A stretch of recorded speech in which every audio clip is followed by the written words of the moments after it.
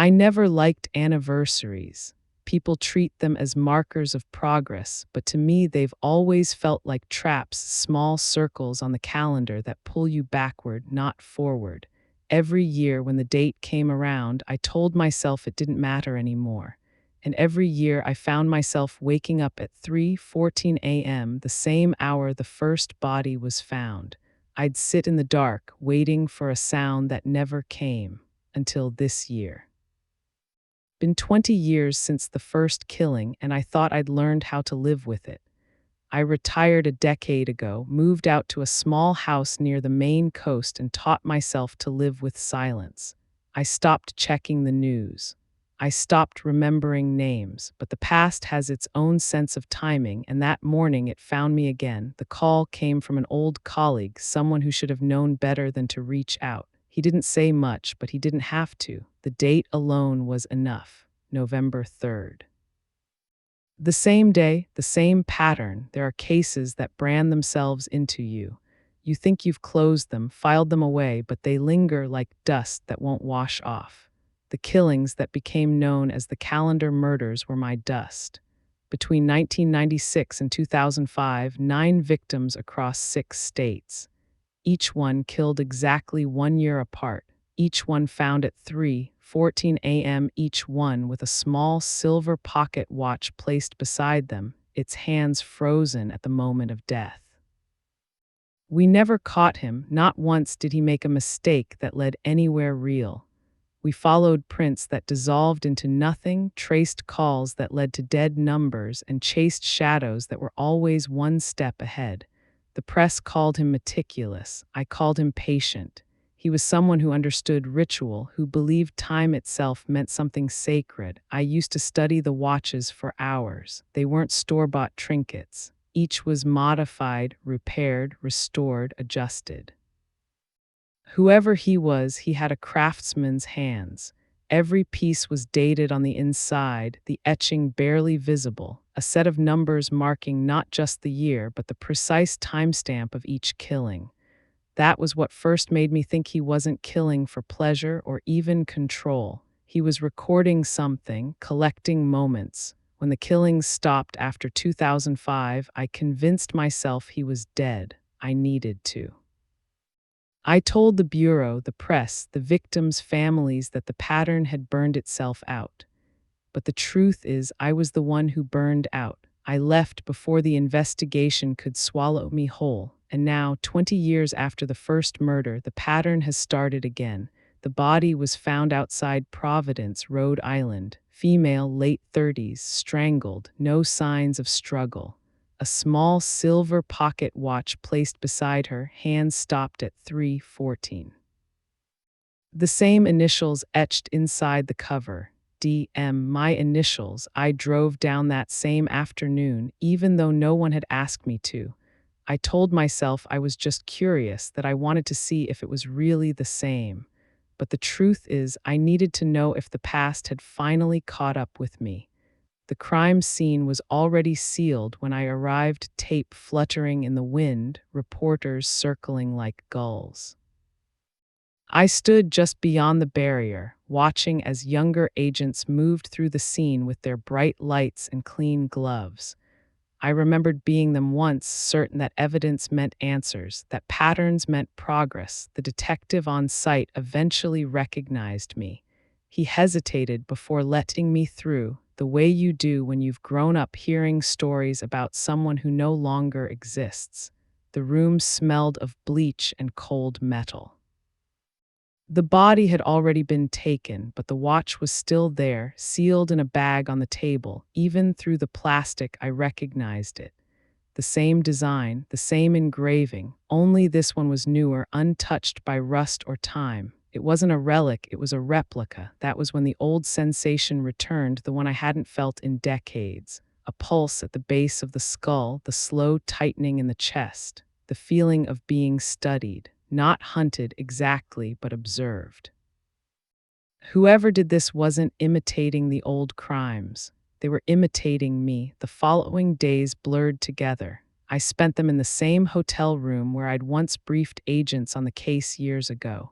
Same peeling wallpaper, same view of the parking lot. I went over the files, the photographs, the autopsy notes. Nothing about this new killing felt impulsive. It was deliberate, practiced, almost reverent.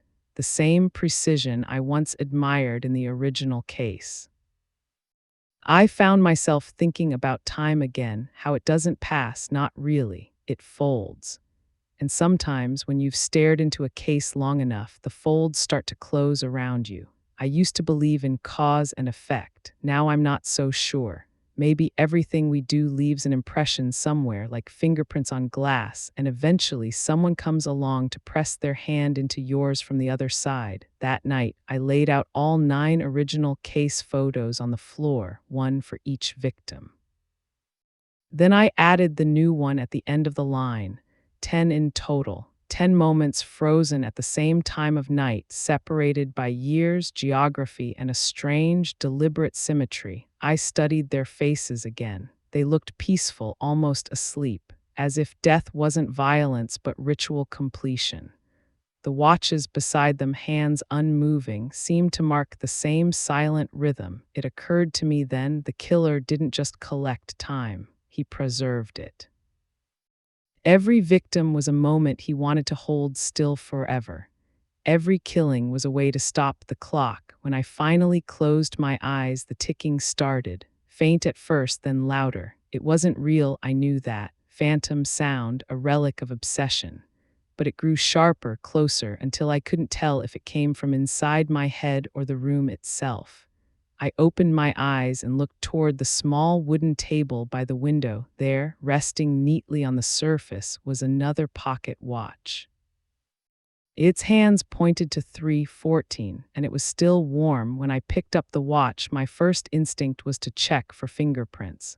Old habits never die, they just sleep. The metal was still warm to the touch, the faintest trace of oil smudged along the hinge. I could almost tell the pressure points of the hand that placed it there, the precision of someone who wanted it to be found, not hidden. That was the most disturbing part. Whoever left it hadn't broken in. There were no signs of forced entry. No disturbed furniture, no footprints on the carpet. The lock was untouched. It was as if the watch had appeared out of thin air. I sat there in the half-dark, listening to the ocean beyond the window, trying to convince myself I hadn't missed something obvious. But the weight in my palm said otherwise. This wasn't coincidence or imagination. It was a message. And it wasn't from the killer I used to chase. It was from whoever was studying me now. I placed the watch on the dresser and sat on the edge of the bed, staring at it until dawn. I could feel the old machinery of my mind grinding back to life, patterns, profiles, probabilities. For 10 years, I'd tried to quiet that voice, to live without analysis. But the moment I saw that watch, every wall I'd built inside myself cracked open. By morning, I was back in motion. I went to the local field office, pretending I still belonged there. Most of the faces were new, though a few recognized my name. They greeted me with that mix of reverence and suspicion reserved for people who have seen too much. I asked to see the evidence logs, to compare the watch from the scene with the one I found. They humored me. Age earns a kind of leniency. The forensic report hadn't been processed yet, but the watch from the scene had already been photographed. I studied the image under the harsh fluorescence, the same Roman numerals, the same scratch beneath the 7. But this time there was something I hadn't noticed before, a faint, almost imperceptible mark etched along the rim. It wasn't a number, it was a letter. The letter M. In the original series, each watch had an internal engraving, the date and time, carefully placed inside the casing. This one was external, visible only if you looked close enough. It felt intentional, a signature turned outward. I asked to see the new watch again, the one from my room. I handled it under gloves this time, searching for the same mark. Nothing. The surface was clean, almost polished, as if freshly manufactured. But when I opened the back, I found the inscription where it should have been. The numbers matched the exact time of the first victim's death 20 years ago. It wasn't a new killing he was copying. It was the beginning. That realization sat with me all day like a weight pressing against my ribs. I knew this wasn't random. Whoever was doing this was retracing the entire sequence, starting from the start, reenacting the calendar from the first year forward, which meant there would be another 1 year later unless I stopped it first. But the question that kept circling my mind wasn't why they were doing it. It was how they knew the details only I had access to. The engravings, the unreported patterns, the hidden correlations, those were all mine. Notes I'd written privately in the case files that never left my desk. Unless someone had been reading them, I went back through my memories of the original investigation, searching for the faces that had come and gone: analysts, technicians, interns, photographers. So many had passed through over the years. I remembered one in particular, a young forensic assistant named Marcus Lane. Brilliant, quiet, obsessive. He had a fascination with horology, the study of timepieces. He once told me watches were the only machines designed to die slowly. After the case closed, he transferred to another division, then vanished from bureau records a year later. At the time, I hadn't thought much of it. People leave, they move on. But now, with the evidence staring me down, I started to wonder if he ever really left at all. That night, I returned to my hotel room, half expecting to find another watch waiting. There was nothing, just silence and the steady hum of the radiator, but something felt different. The air carried that same electric stillness I'd felt years ago, on the night we found the fourth body in Chicago. The sense that time itself had slowed, that something unseen was observing you from the periphery. I sat at the desk and opened my old field notebook. The pages were yellowed, my handwriting uneven. Every victim had their own section, every detail meticulously recorded. I turned to the first entry, the woman found outside Baltimore in '96. Strangled, wrists bound, the first watch placed at her side. I'd noted the faint scent of engine oil on the ribbon binding her hands, a trace that had never led anywhere. When I lifted the new watch from its case and held it to my nose, I smelled the same thing. Faint, metallic, unmistakable engine oil, the same kind used in fine watch mechanisms. It was too specific to ignore. I knew I was dealing with someone who understood precision, who admired ritual. Someone who wasn't merely recreating the crimes, but perfecting them. The kind of person who believed the original series had been incomplete, flawed, and that only through repetition could the cycle be made pure. The realization filled me with a slow, cold dread. Whoever this was didn't just want to continue the story. They wanted to finish it. I slept little that night. When I did, I dreamed of ticking, endless, overlapping rhythms that merged into a single heartbeat. When I woke, the watch on the dresser had stopped ticking. The hands had moved just slightly from 3:14 to 3:15. That single minute, that impossible minute, felt like a warning. It meant whoever left it was still close, and worse, they weren't finished with me yet. I left the hotel before sunrise. The air was brittle with cold, and the streets still glistened from last night's rain. I needed distance, not from the case, but from the walls closing in around it. Every time I looked at the watch, my own name engraved inside mocked me like an accusation. The line between observer and participant had blurred.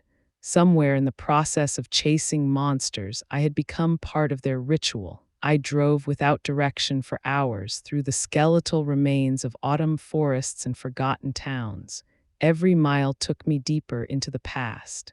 I remembered every scene, every body, every night spent staring at crime photos until dawn. I had told myself I was studying evil, but maybe I was just learning its language until I could speak it fluently. By mid-morning, I found myself parked outside a storage facility on the outskirts of Providence. My old field files were kept there, boxed and sealed under bureau authorization. I still had a keycard that worked. No one ever thought to deactivate the credentials of a ghost. The unit smelled of dust and paper decay. Rows of boxes lined the walls, marked with dates and case numbers. I went straight for the calendar files. The cardboard creaked under my fingers as I pulled one open. Inside were the photographs, handwritten reports, the early evidence logs. The handwriting in the margins was mine, though some of it didn't look familiar. I found notes I didn't remember writing. Small annotations in black ink instead of blue, words pressed with a heavier hand. They mirrored my phrasing, my rhythm, but not my memory. Each note pointed out a small inconsistency, a pattern I had supposedly missed, and beside several entries was a single symbol drawn in the corner, an hourglass. I don't know how long I sat there, staring at those pages, trying to understand when they'd been changed, but the implication was undeniable. Someone had gone through my files years after I retired and rewritten my thoughts as if to correct me. I flipped through the reports page after page until I found the same hourglass symbol etched in pen beside one name, Marcus Lane, the young forensic assistant. His personnel records had been removed from the folder, replaced with a single printed note, case study complete. The cycle begins again. It wasn't signed, but I didn't need it to be. I could feel the weight of intent behind every letter. The precision of someone who understood how to mimic, how to infiltrate a narrative from the inside. Lane had always fascinated me. He was the kind of mind that thrived on structure, someone who could lose himself in the gears of a clock just to understand how it moved. I used to watch him in the lab, the way he handled evidence like sacred objects. He once told me every mechanism has a pulse. That time is simply the sound of the world remembering its heartbeat. Now I wondered if he'd ever stopped listening. I took the altered files and left before anyone could see me. The light outside had shifted into that dull winter gray that makes every shadow look heavier. As I locked the storage unit, I caught a reflection in the metal door, a figure standing at the far end of the row, motionless, too far to see the face, but tall, slim, wearing a dark coat. I turned fully, but by the time I did, the figure was gone. My pulse drummed like static. It could have been a worker, another tenant, or it could have been what my instincts whispered, that he was already following me. Back at the car, I spread the altered pages across the passenger seat. The handwriting matched the letters in the recent engraving, that same sharp precision, the angles too deliberate to be random. The signature was in the shape itself, not the name. Lane was leaving his mark in increments, testing the boundaries of my sanity. That night, I returned to my rented room and taped the altered documents along the wall. The space began to resemble my old office, chaotic patterns of paper forming a lattice of obsession. My eyes followed the hourglass symbols across the pages until I noticed something strange. Each symbol aligned to form a rough vertical line when the papers were arranged chronologically. I took a step back. The line cut through each case exactly at the halfway point between the murders. It wasn't random. It was a map. I pulled out a regional chart, marked the coordinates of each killing, and connected them in the same order. The result made no geographic sense. The pattern zigzagged across states like a broken pulse. But when I overlaid the line of hourglasses from the altered notes, they converged in one place, Hartford, Connecticut. That's where Lane had grown up. That's where his mother had been buried. I hadn't thought about that detail in years. She died the same month the killing stopped. At the time, I dismissed it as coincidence, her death unrelated, natural causes. But if the murders had been his way of collecting moments, then her death might have been his attempt to stop time entirely. When she was gone, the ritual had no purpose. Until now, by midnight, I was already driving toward Hartford, the road vanishing into fog. I felt the years collapsing behind me, every unanswered question, every ghost I'd buried with procedural language.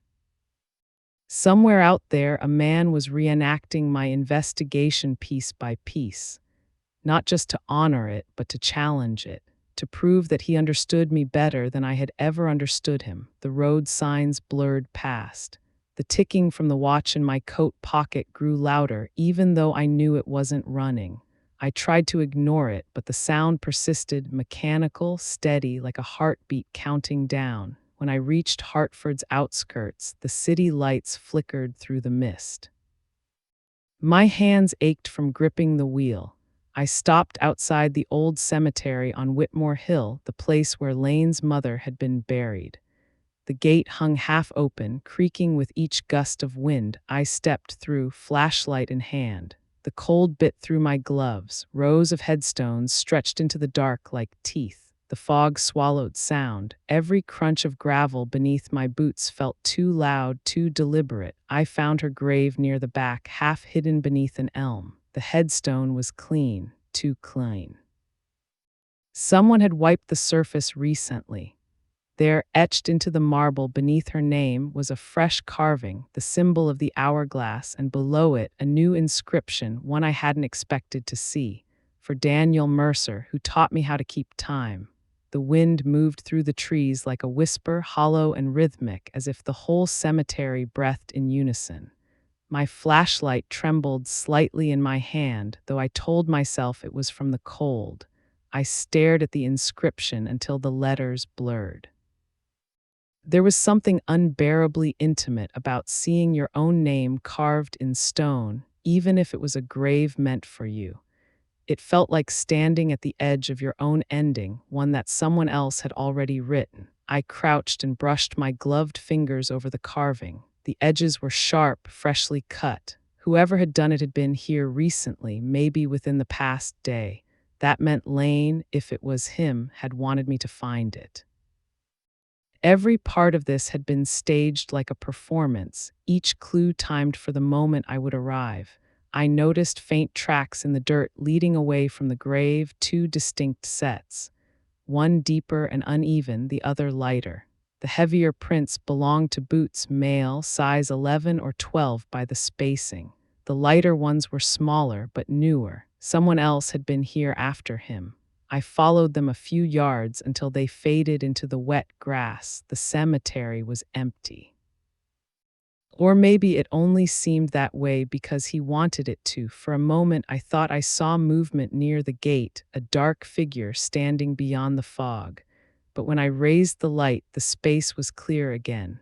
Only mist and the faint reflection of my own beam on wet stone. I lingered longer than I should have, then turned back to the car. I drove until dawn, the watch ticking in my coat like a pulse against my chest.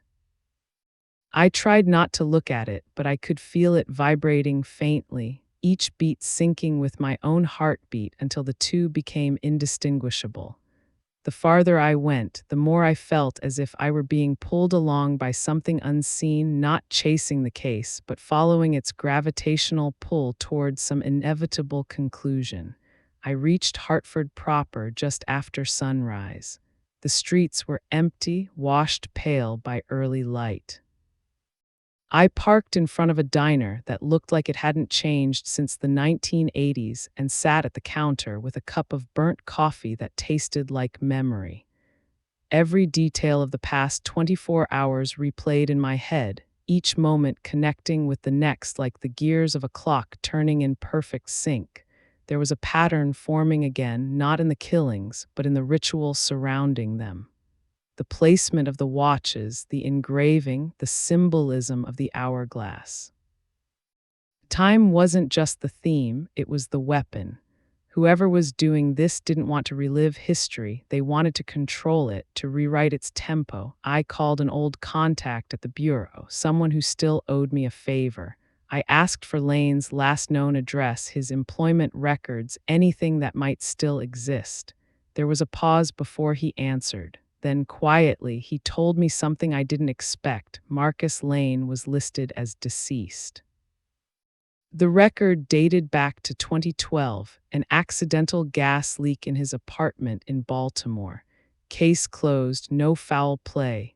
The death certificate had been signed by a coroner I knew personally, a man who never made clerical errors. For a moment, I thought I'd misheard, but then he said something else, something colder. Lane's remains had never been claimed. The body had been cremated, the ashes uncollected. It was possible the record had been falsified. People in our world disappear that way all the time. But there was another possibility, one that felt worse. If Lane was truly dead, then someone else had taken up his work, someone who knew him well enough to continue what he started. I thought back to the altered case files, the notes written in a hand that wasn't entirely his. The heavier pressure, the slight difference in style. What if those weren't corrections? What if they were continuations? I drove to Lane's old address in Baltimore that afternoon. The building was a decaying three-story brownstone, its windows fogged with grime, the front door chained. I broke the lock and stepped inside. The air was stale, layered with the scent of mildew and time. The apartment was empty except for dust and fragments of old furniture. But along the far wall, beneath the faded wallpaper, I found a patch of paint that had been stripped bare. Carved directly into the plaster was a sprawling pattern of numbers, years, dates, times, all arranged like coordinates. And at the center, etched deeper than the rest, was the hourglass symbol. The numbers didn't form a simple sequence. They oscillated, leaping across decades. I recognized some immediately, the times of the murders, the anniversaries, but others were unfamiliar, including a date that hadn't yet happened, November 3rd next year. 3:14 a.m. The date was marked with a single word beneath it. End. The realization sank in slowly, like ice melting through glass. Whoever was orchestrating this wasn't content to repeat history. They were counting down to something final, a conclusion to the calendar, a closure to the cycle. I photographed everything, then left before the building's silence could start speaking back. The streets outside were thick with traffic and sound, but I felt untethered, walking through it all like a ghost. That night in a cheap motel off I-95, I laid the photos across the bedspread. Each number, each symbol, each repetition of the hourglass seemed to form a rhythm I couldn't ignore. It wasn't random, it wasn't art, it was an equation, and the only missing variable was me. I thought about the inscription on Lane's mother's grave, about how deliberate it had been. For Daniel Mercer, who taught me how to keep time, it wasn't just a taunt. It was gratitude, devotion. Whoever was behind this saw me as more than an adversary. To them, I was the beginning, the reason the ritual existed at all. I closed my eyes and tried to imagine what it would feel like to live your life by a clock someone else built. To count every moment waiting for the next appointed hour, believing that when the last one arrived, everything would finally make sense. I slept eventually, but it was the kind of sleep that feels like falling through darkness. When I woke, there was light seeping under the door, not sunlight, but something colder. I rose slowly, the floorboards groaning beneath my weight. Someone had slipped an envelope under the door. No markings, no return address. Inside was a single photograph. It showed me standing in the cemetery the night before, one hand on Lane's mother's grave, my flashlight casting the inscription in pale relief. The photo was time-stamped 3:14 a.m. For a long time, I just stared at the photograph. It was the stillness that unsettled me most, the composition too deliberate, too calm. Whoever took it understood framing, understood me. The light caught the edges of my face in a way that felt intentional, almost reverent, like they'd been studying not just what I did, but how I existed within their design. The timestamp in the corner, 3:14 a.m., was almost ceremonial. There was no fear left, not the kind that makes your heart race. What replaced it was a quieter dread, the kind that seeps under your skin until it becomes a part of your breathing. I had become a subject again, catalogued and collected, another moment frozen in their ongoing archive. I held the photograph under the lamplight, searching for details. The grain was too fine for a cheap camera, meaning the shot had been taken with precision equipment. Long lens, stable angle from a distance, which meant they'd been watching me from somewhere inside the cemetery. They'd waited for the exact moment I touched the stone. That's what broke me open. It wasn't the invasion of privacy. It was the patience. I slid the photo into a file and pinned it to the motel wall beside the others. The pattern was growing, an architecture of obsession that spanned decades. If I took a step back, it looked almost like a clock face, each crime a tick in the endless circle. And there I was, unknowingly occupying the center. I didn't bother reporting the incident. Explaining it to anyone would have meant surrendering control of the narrative, and I wasn't ready to do that. This was personal now. It always had been. By morning, I was driving again back to Providence, back to where the most recent body had been found. I needed to revisit the site, not as an investigator, but as prey retracing the predator's path. I wanted to feel what they felt, to understand the rhythm of their timing. The crime scene had long been cleared, the tape removed, the world already moving on. But death leaves an echo in places like that. You can feel it in the way sound bends around corners, how air thickens when you cross the invisible border of violence. The alley was narrow, brick walls glistening with moisture. I knelt where the watch had been found. The indentation from the evidence marker was still visible in the dirt. I closed my eyes and tried to reconstruct the sequence. The victim would have been led here willingly. There were no drag marks, no signs of panic. The killer would have been calm, organized, deliberate. They would have positioned her carefully, placed the watch with precision, wiped the scene clean. Every action rehearsed, performed at 3:14 exactly. But then another image surfaced, something that had haunted me since the first case all those years ago. A sensation more than a memory. Back then, standing at each scene, I used to feel a faint vibration in the air at that same hour, as if the world itself paused for a second. I dismissed it as exhaustion, nerves. But now, kneeling there again, I felt it return. A tiny shift, like the inhale before a second hand clicks forward. When I opened my eyes, the alley looked unchanged, except for the faintest glint on the ground a few feet away. I leaned closer, another pocket watch. It wasn't there when I arrived. This one was different, older, heavier. The casing was brass, the surface worn smooth by time. I turned it over in my hands and felt the faint indentation of initials, not mine this time, but 3 letters, MLL, Marcus Lane's full initials. I opened it carefully. Inside, the engraving read, "To stop time, one must first learn to move with it." The second hand was still moving, slow but steady. It was the first watch in the entire series that was alive. For the first time in 20 years, I felt the unmistakable pulse of adrenaline that comes when the case starts breathing back. The clock wasn't just a symbol anymore, it was a living system, one that marked every choice, every heartbeat. I pocketed the watch and left quickly, scanning the rooftops as I went. If someone had placed it there for me, they might still be watching. The feeling of being observed was constant now, woven into my awareness like static. I drove out of the city, back toward the coast, but no matter how far I went, the sensation followed. That night I placed both watches, the dead one and the living one, side by side on the table.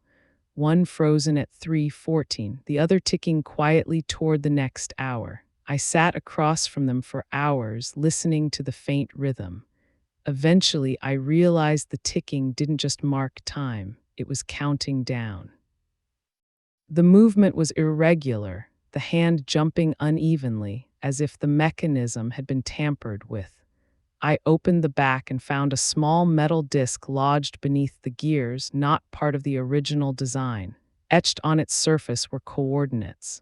When I entered them into my laptop, they traced to a location just outside Boston, an abandoned clock factory that had been shut down since the late 1990s. The same year the killings began, the coincidence was too exact to ignore. I packed the watches and left immediately. The highway was nearly empty, fog rolling in waves across the asphalt. The GPS guided me through decaying industrial districts until the factory appeared, a vast silhouette of brick and iron, its broken windows glowing faintly from within. I parked and cut the engine. The air was heavy with dust and silence. Inside, the smell of old oil and metal filled my lungs. Rows of disassembled clocks lined the shelves, their gears corroded, their hands missing. And there in the center of the room, illuminated by a single hanging light bulb, was a long wooden workbench. On it, arranged in perfect sequence, were 10 pocket watches.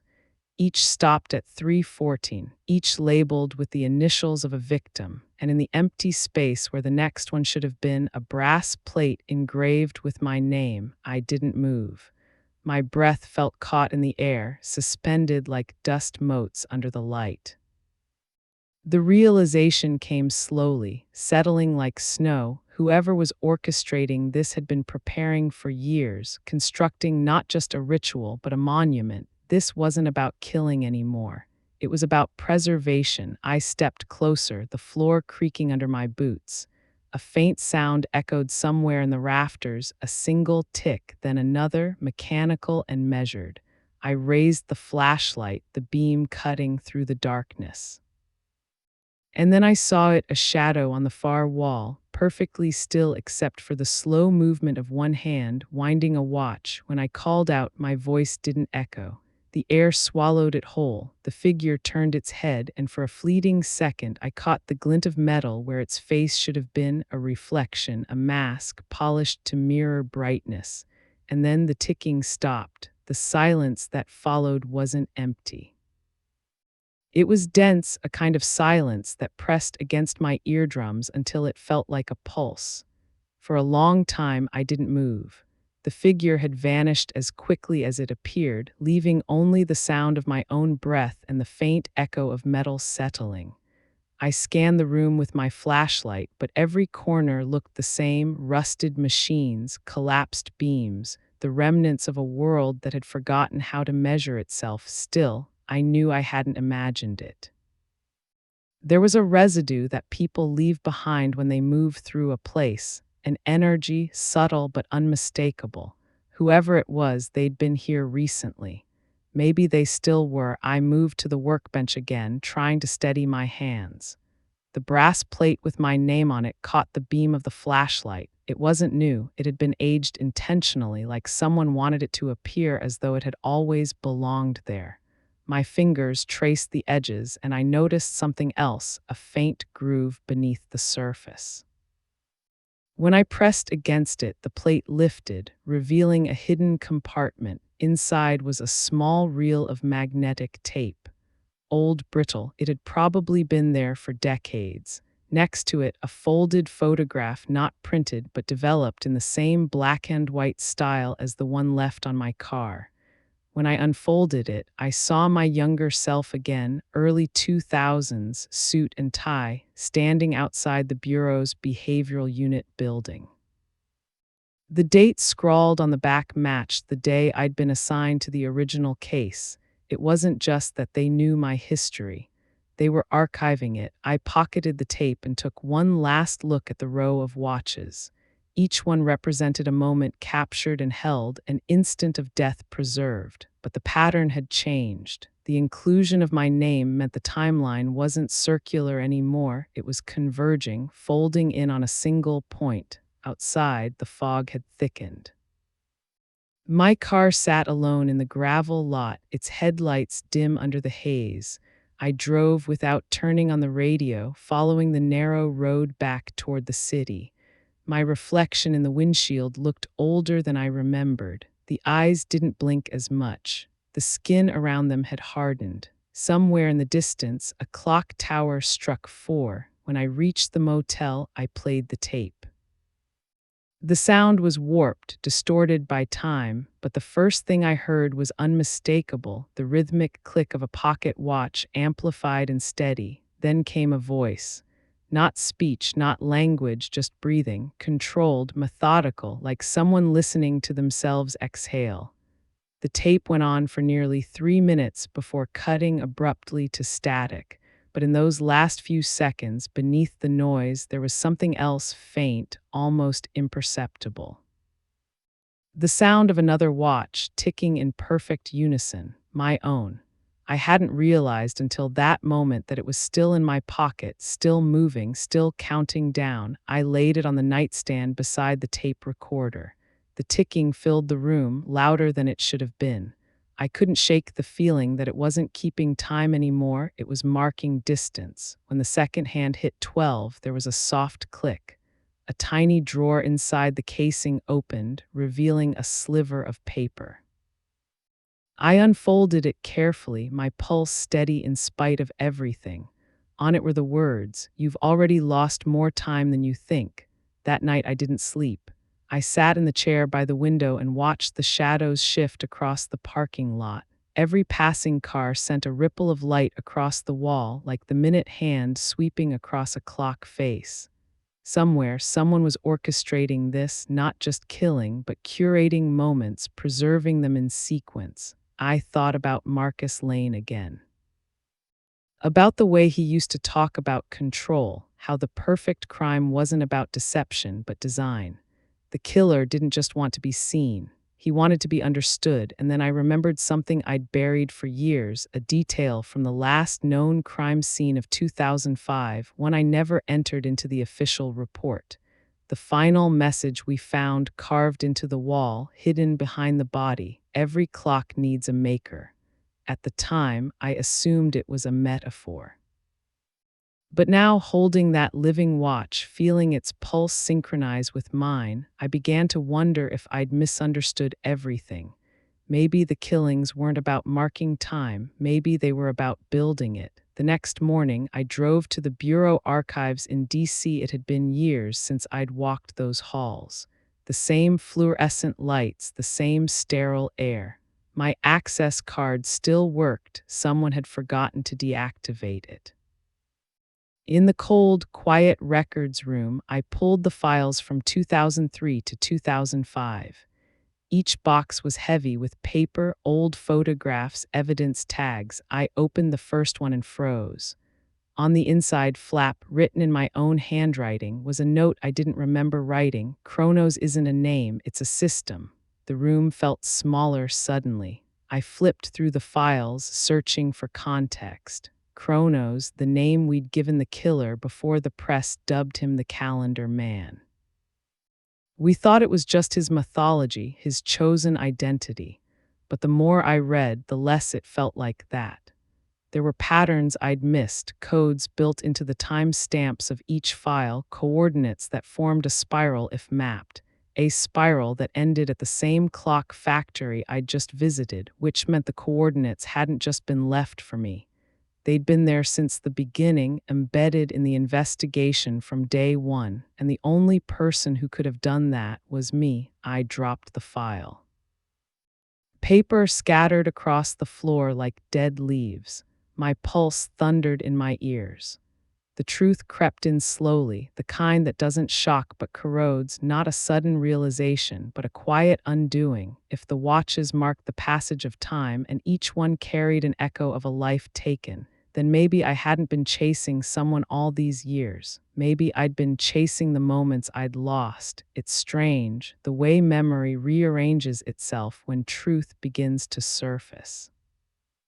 You start to realize how fragile your sense of continuity really is, how much of your life depends on the illusion of sequence. One event follows another, cause leads to effect, and somewhere between them you tell yourself you're in control. But when that illusion cracks, time doesn't flow anymore. It folds. I spent that entire night in the archives. The clock on the wall ticked loudly, steady, and indifferent while I dug through pages that felt both familiar and foreign. My handwriting was everywhere: annotations, cross references, little notes I used to make in the margins, but some of it didn't feel like mine. Certain letters slanted differently. Certain phrases I would never have written. The observer becomes the interval. I turned to the case photos.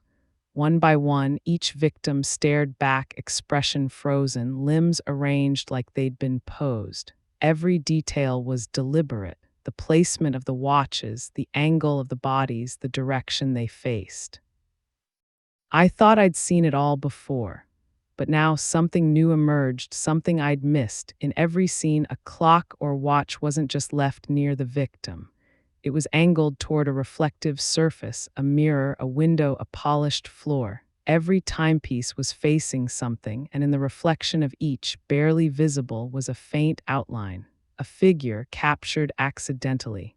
The light distorted it, but the shape was unmistakable: tall, shoulders slightly hunched, head turned downward as if studying the scene. It was me, at least it looked like me. The blood drained from my face. For a long moment, I just stared at the image, waiting for my rational mind to intervene, to offer an explanation. Maybe it was a trick of light. Maybe the figure was a forensic tech or one of the investigators, but the outline was too exact. The same coat, the same posture I'd seen reflected in car windows for years. Somehow, I'd been present in photographs taken at scenes I'd never physically visited. I needed air.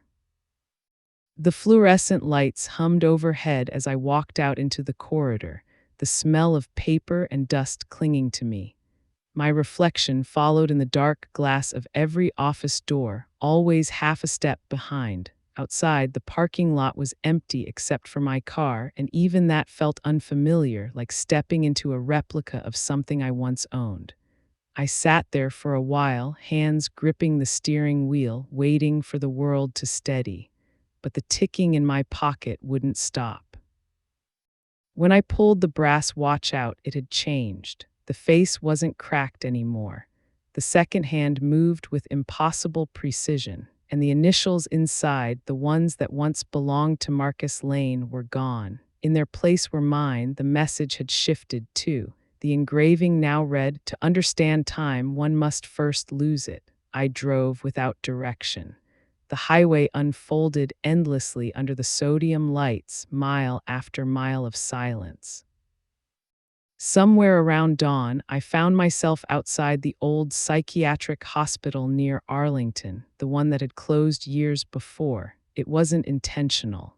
My hands had simply turned the wheel, guided by some pattern I hadn't consciously recognized. The gate was open. Rusted, lining but open. Inside, the building felt preserved in decay. Dust-covered gurneys, peeling wallpaper, faint echoes of footsteps that weren't there. I walked the halls slowly, tracing my flashlight over faded murals and half-collapsed doorways until I reached the records room. What I found there made my stomach tighten. On one of the metal shelves, among the scattered patient files, was a thin folder labeled Mercer. The paper was yellowed, brittle. My hand trembled as I opened it. Patient intake form. Dated March 2006. 1 year after the last murder. The handwriting on the report was precise, my handwriting. But the signature at the bottom wasn't mine. It belonged to someone named Dr. Marcus Lane. According to the file, I'd been admitted for acute dissociative episodes, paranoia, and recurring temporal hallucinations. The treatment notes described compulsive reenactment behavior, a fixation on timepieces, and an obsession with patterns of control. I turned the pages faster. Every entry painted a picture that couldn't be mine, or maybe one I'd buried too deep to recall. Dates and times I couldn't remember being alive for. Drawings of clock faces, hands pointing to 3:14. And on the final page, a photo clipped to the corner, a photo of me younger, hollow-eyed, sitting in a chair in that same hospital. The caption read, "Subject believes he is an FBI profiler investigating a killer who does not exist." The room tilted slightly, or maybe I did. The paper slid from my hands and scattered across the floor. I could hear my own breath, ragged, uneven. For years, I'd built my life around the investigation, the rituals, the evidence, the timelines. I thought I'd been pursuing a murderer, but what if I'd been documenting myself? What if the case had never ended because it had never truly begun outside my own mind? I looked down at the watch again. The ticking had stopped. The second hand was frozen at 3:14. And then, faintly, just beneath the stillness, I heard another tick, not from the watch, but from somewhere deeper in the hospital. A steady rhythm, deliberate, mechanical. I followed it down the hall, each step slower than the last. The sound grew louder, echoing through the corridor until it felt like the walls themselves were keeping time. At the end of the hall was a door marked Observation Room 3. I pushed it open. Inside, under a single flickering light, was a long table, and on it, lined with meticulous care, were more watches, dozens of them, all identical, each one labeled, each one bearing my initials. In the corner stood an old reel-to-reel recorder. The tape spun slowly, replaying a voice I hadn't heard in years, calm, measured, professional. It was mine. Patient exhibits consistent delusional structure centered on cyclical violence and self-referential time distortion. Believes events repeat annually with himself positioned as both observer and subject. The voice paused. I could hear breathing. Further study recommended. The experiment continues. And then, as if on cue, every watch on the table began ticking again, all in perfect, synchronized rhythm. I don't remember leaving the hospital. I remember the hallway dissolving into light, the sound of the synchronized watches fading into something softer, almost melodic. When I came back to myself, I was sitting in my car again, parked on a roadside overlooking the bay. The dawn light had turned everything a pale blue, like the world hadn't fully decided to wake up yet. For a long time, I didn't move. The engine was cold, my hands were steady. The brass watch sat on the dashboard, its glass face fogged by my breath. I didn't know how I got there or what day it was.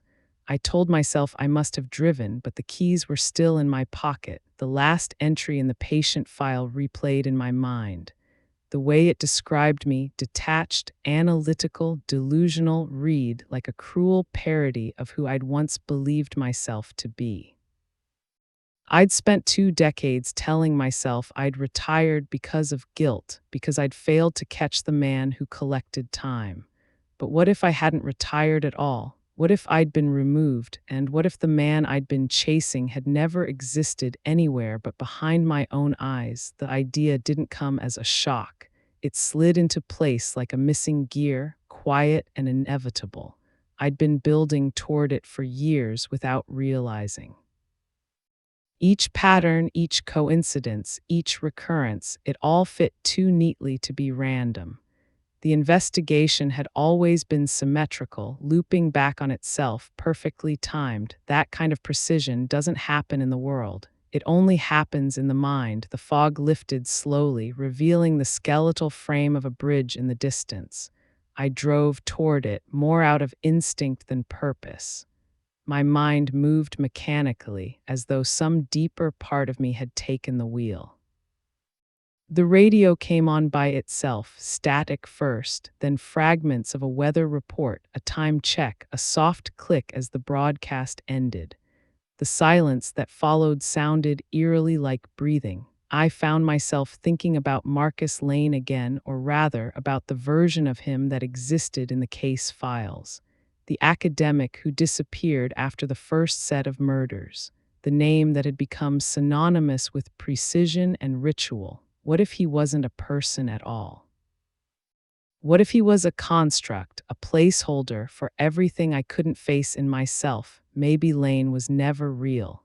Maybe he was a compartment, the part of me that needed order, the part that refused chaos, the part that kept collecting time even when I tried to stop. The realization didn't bring relief. It brought a deeper unease, because if that was true, then the killings weren't symbolic anymore. They were autobiographical, every victim chosen for a reason I'd never understood until now. each one a fragment of my own life, frozen at a point I'd tried to forget. The teacher, the mechanic, the widow, all echoes of faces I'd once known, people whose lives had intersected mine in small, unremarkable ways. Each death a chapter closed, each watch a token of remorse, and all of it leading back to 3:14. I pulled the car over near an overlook and stepped out. The sea below was flat and still like glass. The wind had died completely. For a brief moment, time itself seemed to hesitate. Then I heard it again, faint but distinct, a single steady tick. It was coming from the trunk. I opened it slowly. Inside were rows of watches I didn't remember owning. Some were new, others old, each labeled in careful handwriting. My handwriting, beneath them a folder. I opened it to find pages of typed notes, clinical and detached, reports dated every year since 2006, all signed Dr. Marcus Lane. The most recent entry was from 2 days ago. Subject continues to demonstrate cyclical dissociation and externalized guilt projection. Behavioral pattern consistent with reemergence phase. Exposure to symbolic stimuli, watch, case file, photograph has reinitiated loop sequence. Observation ongoing. At the bottom, a single line handwritten in blue ink. Next observation, November 4, 2025, 3:14 a.m. That was this morning. I looked at the sea again, the horizon pale and endless. Somewhere behind me, the ticking grew louder, dozens of watches, all synchronizing into perfect rhythm. The air shimmered with sound, each second colliding with the next. I felt the world tilt slightly, the way it does just before you wake from a dream you don't want to admit is real, and then it happened. The second hand on the brass watch struck 12. The sound that followed wasn't just a tick. It was like the air itself fractured. The light dimmed, the edges of the world blurring.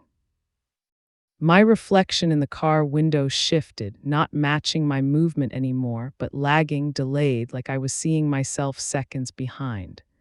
I raised my hand. The reflection didn't follow. It simply watched. For a heartbeat, I thought I saw something behind it, a figure in the glass, faceless, wearing my coat, holding a watch identical to mine. The figure leaned closer, and in that impossible mirror space, its lips moved without sound. The ticking stopped, and I was standing in the hospital corridor again. Same hallway, same flickering light, same room at the end marked observation 3. The door was open this time. Inside, the table of watches was gone.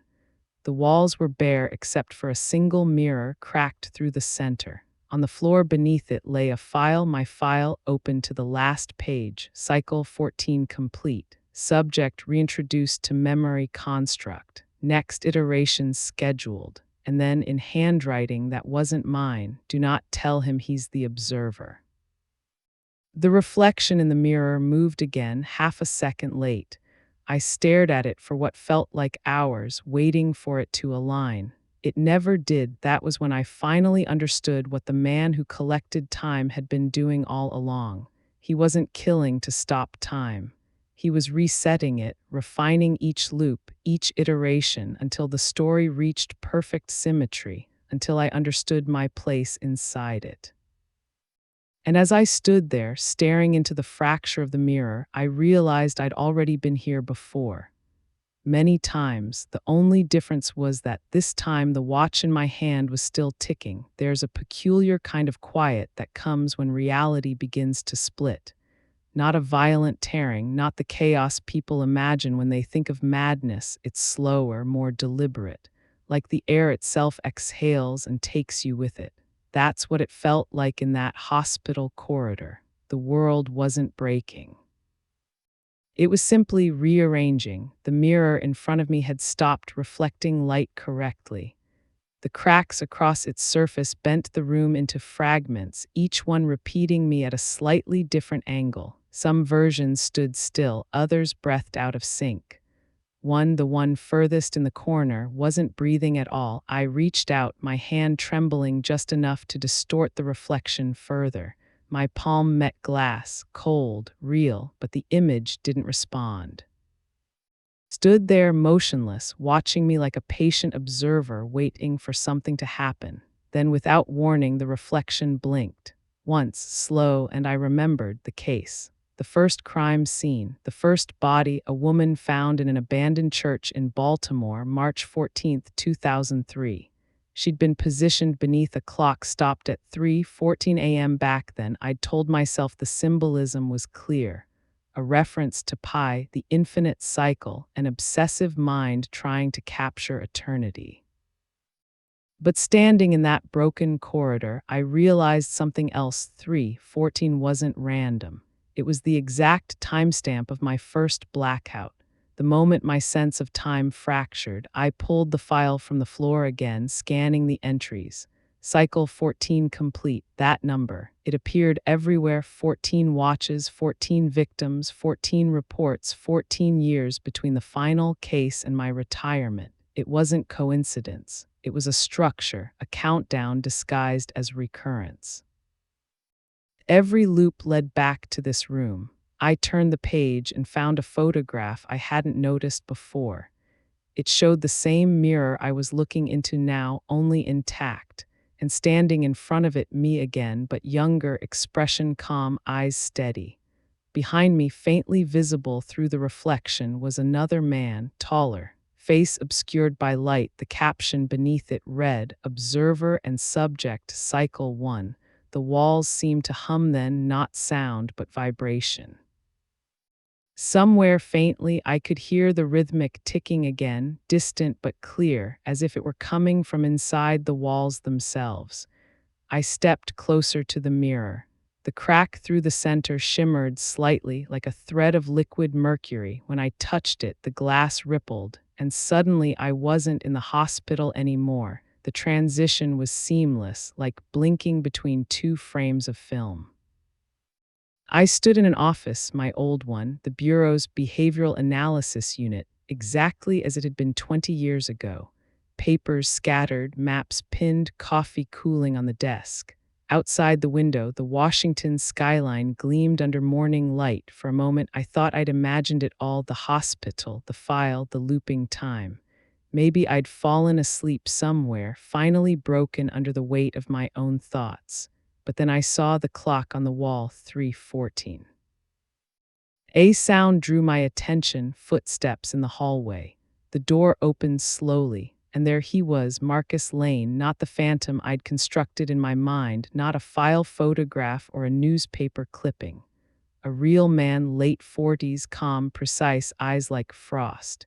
He carried no weapon, just a small watch cradled in his hand. He looked at me like someone seeing their reflection for the first time, and in that moment I understood what I was really looking at: not a suspect, not a killer. A version of myself, the same posture, the same faint scar above the eyebrow, the same voice when he finally spoke. Though I couldn't hear the words, I could feel them resonate in my chest as if I'd spoken them myself seconds earlier. He handed me the watch. I didn't want to take it, but my hand moved on its own. The instant my fingers closed around it, the world stuttered, light flickered, the sound warped, and time itself seemed to hesitate. The second hand on the watch aligned perfectly with the one on the wall clock, and then both began ticking backward. Every sound reversed: the hum of the fluorescent lights, the faint echo of voices outside the office, the ticking of 1,000 invisible seconds unraveling. I watched the daylight retreat across the window, darkness flooding in reverse. Papers reattached themselves to the wall. The coffee refilled its cup, and Marcus, or whatever version of me he was, began to fade. He didn't dissolve into light or vanish with drama. He just stepped backward into time, one frame at a time, until the room was empty again. I looked down at the watch. The face was blank now: no hands, no numbers, only my reflection where the glass should have been. I don't know how long I stood there before the ticking started again, but when it did, it wasn't coming from the watch anymore. It was coming from inside me, each heartbeat synchronized with the rhythm, steady, deliberate, mechanical. And in that sound, I understood the truth that had been waiting beneath every layer of illusion. I wasn't the investigator. I wasn't the subject. I wasn't even the patient. I was the mechanism. The system had been built around me, a loop of observation and correction, designed to repeat until the pattern achieved perfection. I had been the constant, the center of the clock face, while the world around me shifted through its endless rotations. Every iteration, every cycle, every investigation was just another calibration. And somewhere beyond the mirror of reality I stood inside, something or someone was still watching, still recording, still collecting time. I tried to destroy the watch. That was my first instinct, to end the loop, to stop whatever machine had swallowed me whole. I slammed it against the desk until the casing split and the glass cracked into dust, but the sound it made wasn't the sound of metal breaking. It was a pulse, low and rhythmic, echoing through the room like a heartbeat magnified 100-fold. Then the clock on the wall responded. Its second hand shuddered, reversed course, and began spinning faster than before. Time, or whatever remained of it in that space, rippled outward. Everything around me trembled. Papers lifted from the desk and hovered, caught in some invisible current. The light from the window folded inward, collapsing into a narrow beam that struck the broken watch on the floor. It wasn't light anymore, it was movement condensed, time liquefied into a single thread of silver. And in that thread I saw them all, every victim, every scene, every moment I had catalogued over the years. They flickered in sequence: the church in Baltimore, the motel in Denver, the frozen lake in Minnesota. The same posture, the same halted clock. I had called them murders once, but they were more than that. They were markers. Coordinates in a repeating system that mapped the limits of my own memory.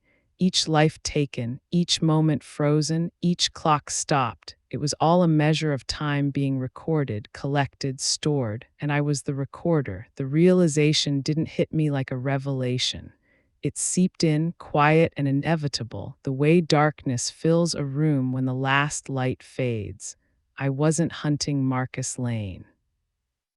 I was Marcus Lane, or rather, the fragment of him left behind to trace his own steps through the labyrinth he built. He had tried to quantify memory, to find a way to preserve moments indefinitely.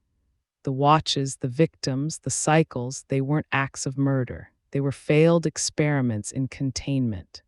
The human body couldn't sustain infinite loops of time. It collapsed under the weight of repetition. But I had survived, maybe not as a man, maybe not as something entirely human anymore.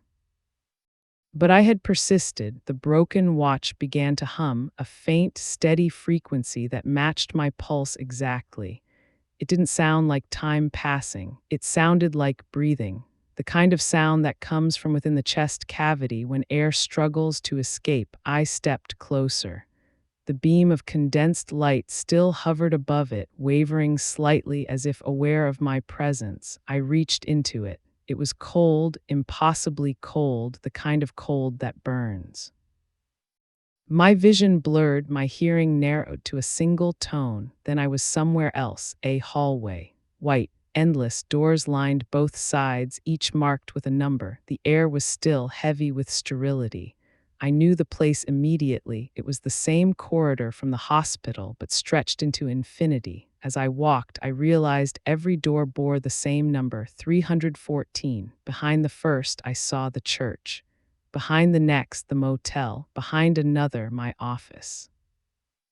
Each door opened to a memory, a reconstruction of a case.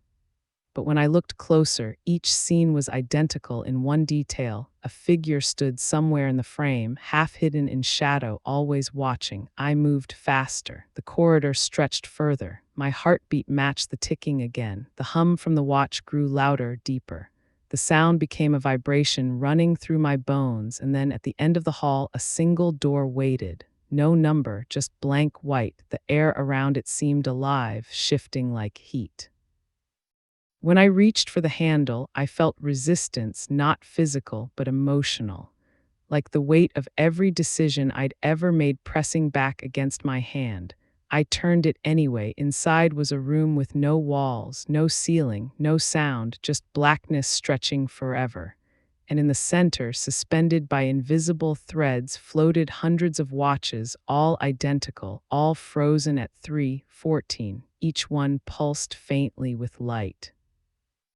Each one carried a reflection, a memory of someone I had known, someone I had lost. My partner, my wife, my son, my victims, my suspects, myself. And in that endless constellation of frozen moments, I saw what the collection truly was. It wasn't about preserving time. It was about avoiding it. Marcus, I had built a system to never face the end, to keep cycling through fragments of memory, reliving, replaying, recalibrating.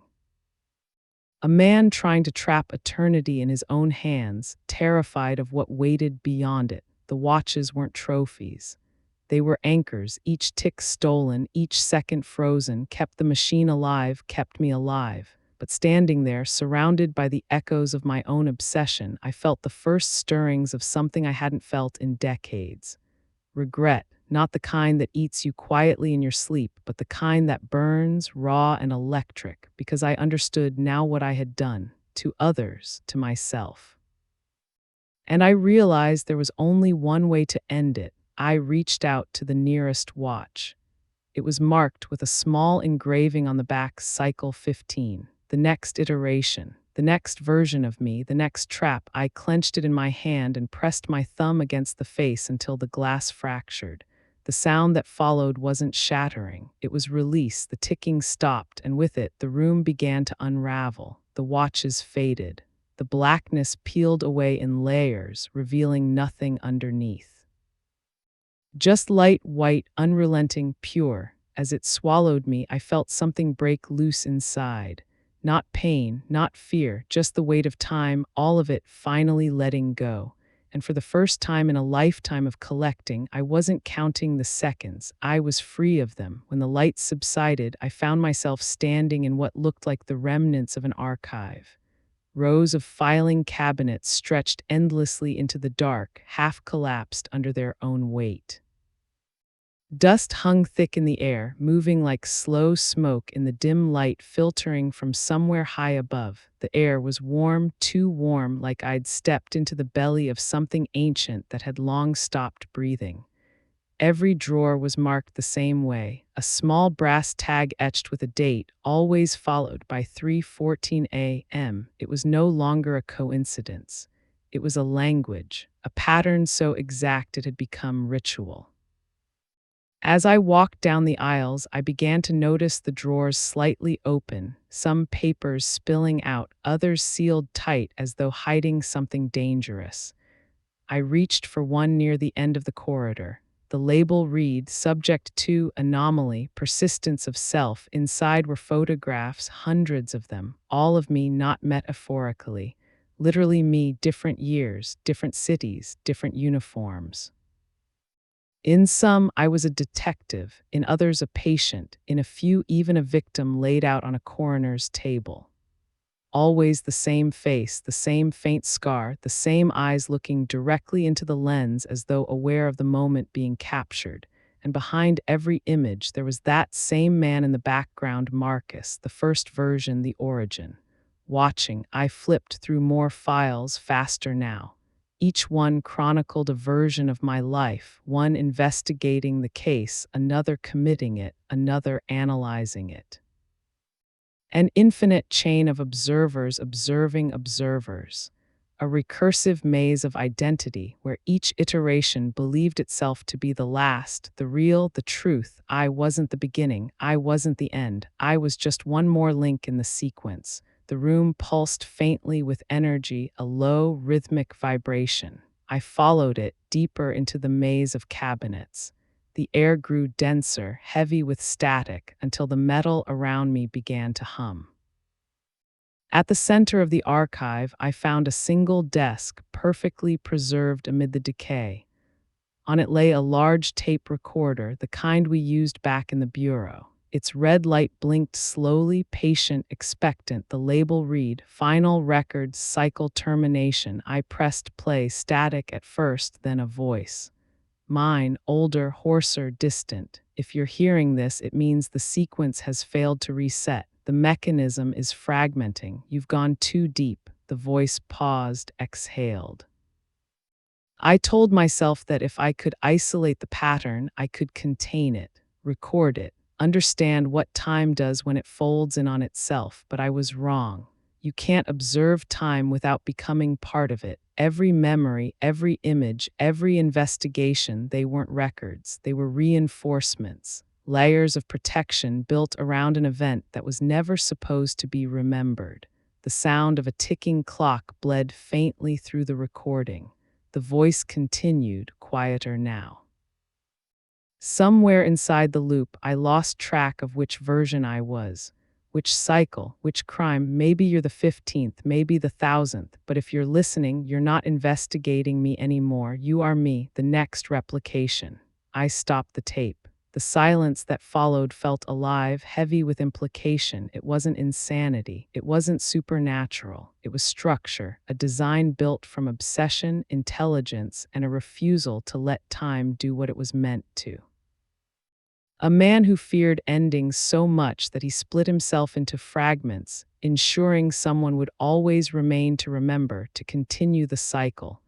The man who collected time wasn't one person. It was a system wearing my face. The hum deepened. Somewhere in the dark, a faint metallic click echoed, the sound of a latch unlocking. I turned. One of the cabinets had opened on its own. Inside, a single photograph rested atop a file marked Cycle 16. The image was new, too new. I recognized the setting immediately. The psychiatric hospital, my room, the cracked mirror. And in the reflection, me again, but not quite. A small difference, the eyes. They weren't afraid anymore. They looked curious, almost expectant. Underneath, scrawled in the same handwriting as the earlier files, was a note: observation continues. Subject stable. Initiate next sequence. The air shifted, a faint distortion, like heat rippling across asphalt. The light above flickered once, then twice. And then I heard it again, that ticking, soft, steady, coming not from the watch this time, but from somewhere deep inside the archive walls. It grew louder as I stood there, merging with the rhythm of my pulse until the two were indistinguishable. For the first time, I realized what it meant. The ticking wasn't just time passing. It was recording. Each beat was a copy being made, another fragment, another version, another me waking up somewhere else, believing the investigation had just begun. I tried to scream, but the sound came out mechanical, warped by feedback. The walls around me began to blur, lines bending and dissolving like heat mirages. The photographs lifted from their drawers and hovered in the air, spinning slowly. Every one of them faced me, hundreds of my own faces staring back, synchronized in motion. Each blinked at the same instant. Each heartbeat echoed through the room in perfect unison. And then in absolute silence, they all mouthed the same words I had seen written 100 times before: cycle continues. The archive folded in on itself like a collapsing lung, and then there was nothing but the sound of a single clock ticking. When I woke again, the air was different. Thinner, colder, the world smelled faintly of antiseptic and paper, the sterile perfume of institutions built to preserve order where none exists. I was back in the hospital, though it felt altered, stretched at the edges like a dream struggling to hold its shape. The ceiling tiles were the same, but their symmetry seemed deliberate now, their spacing exact to the millimeter. I sat up. The watch was gone, so was the file, but the ticking hadn't stopped. It was faint, pulsing from somewhere below the floor, mechanical, alive. On the bedside table lay a single object, an analog tape recorder, identical to the one in the archive. The same red light blinked slowly. A note was taped to it, one line only: play this when you start to forget. I didn't remember writing it, but I recognized my handwriting. I pressed play, my voice again, younger this time, steadier. This is cycle 12. If you're hearing this, the dissonance is setting in. you'll begin questioning what's real, don't. The distinction doesn't matter anymore. Your task is to observe, record, correct. That's all we ever do. The voice paused. I could hear a faint echo behind it, a hum, then a whisper, like someone standing beside the microphone speaking at the same time. You may think the others were victims. They were. Each was a calibration, a failed version that refused to synchronize. We don't punish them, we collect them. Their time becomes ours. The tape clicked, silence, then breathing, mine, shallow and rhythmic. You've been here before, the voice continued. You always come back here first, this room, this tape, this beginning. But you never remember the end. That's the point. Memory is the boundary condition. It keeps the system stable. Another pause, the sound of a clock ticking in the background, faster now, almost frantic. When you hear the ticking stop, it means the loop has aligned. You won't know which side you're on, observer or observed. It doesn't matter. The mechanism runs either way. The tape clicked again, and the room filled with static. Then faintly through the noise, a whisper layered, almost a chorus of voices, all versions of mine overlapping in perfect rhythm. We're almost there. The tape stopped. I sat there for a long time, the silence pressing in like weight. My hands were shaking. There was no clock in the room, yet I could still feel time moving. Or maybe it wasn't moving, maybe I was. Maybe the world was standing still and I was the one sliding through its static frame. I got out of bed and went to the window. The courtyard outside was empty, bathed in the dim amber light of early morning.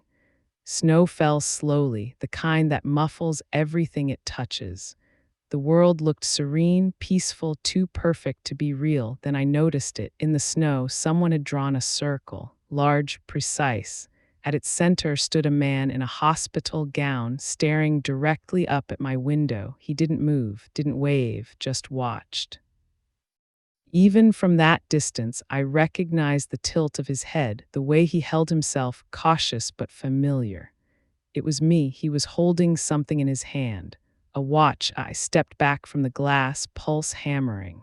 The ticking grew louder again, closer, coming from everywhere now, the walls, the floor, my own heartbeat blending into one. The lights flickered, once, twice, and then the intercom above the bed crackled to life, a voice low, calm, measured, subject awake, synchronization stable. Commence observation window. I froze. The voice wasn't mine, but it wasn't unfamiliar either.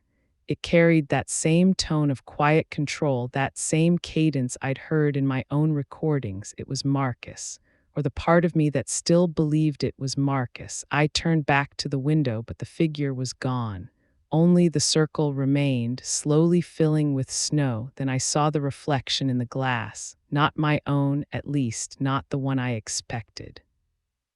The man staring back wore the same hospital gown, but his face was older, his eyes darker, and around his wrist dozens of watches clinked softly as he moved. He raised his hand, mirroring my motion perfectly, and when his lips moved, I felt the words before I heard them. Cycle 13. The glass trembled, and a single hairline crack crept down its surface.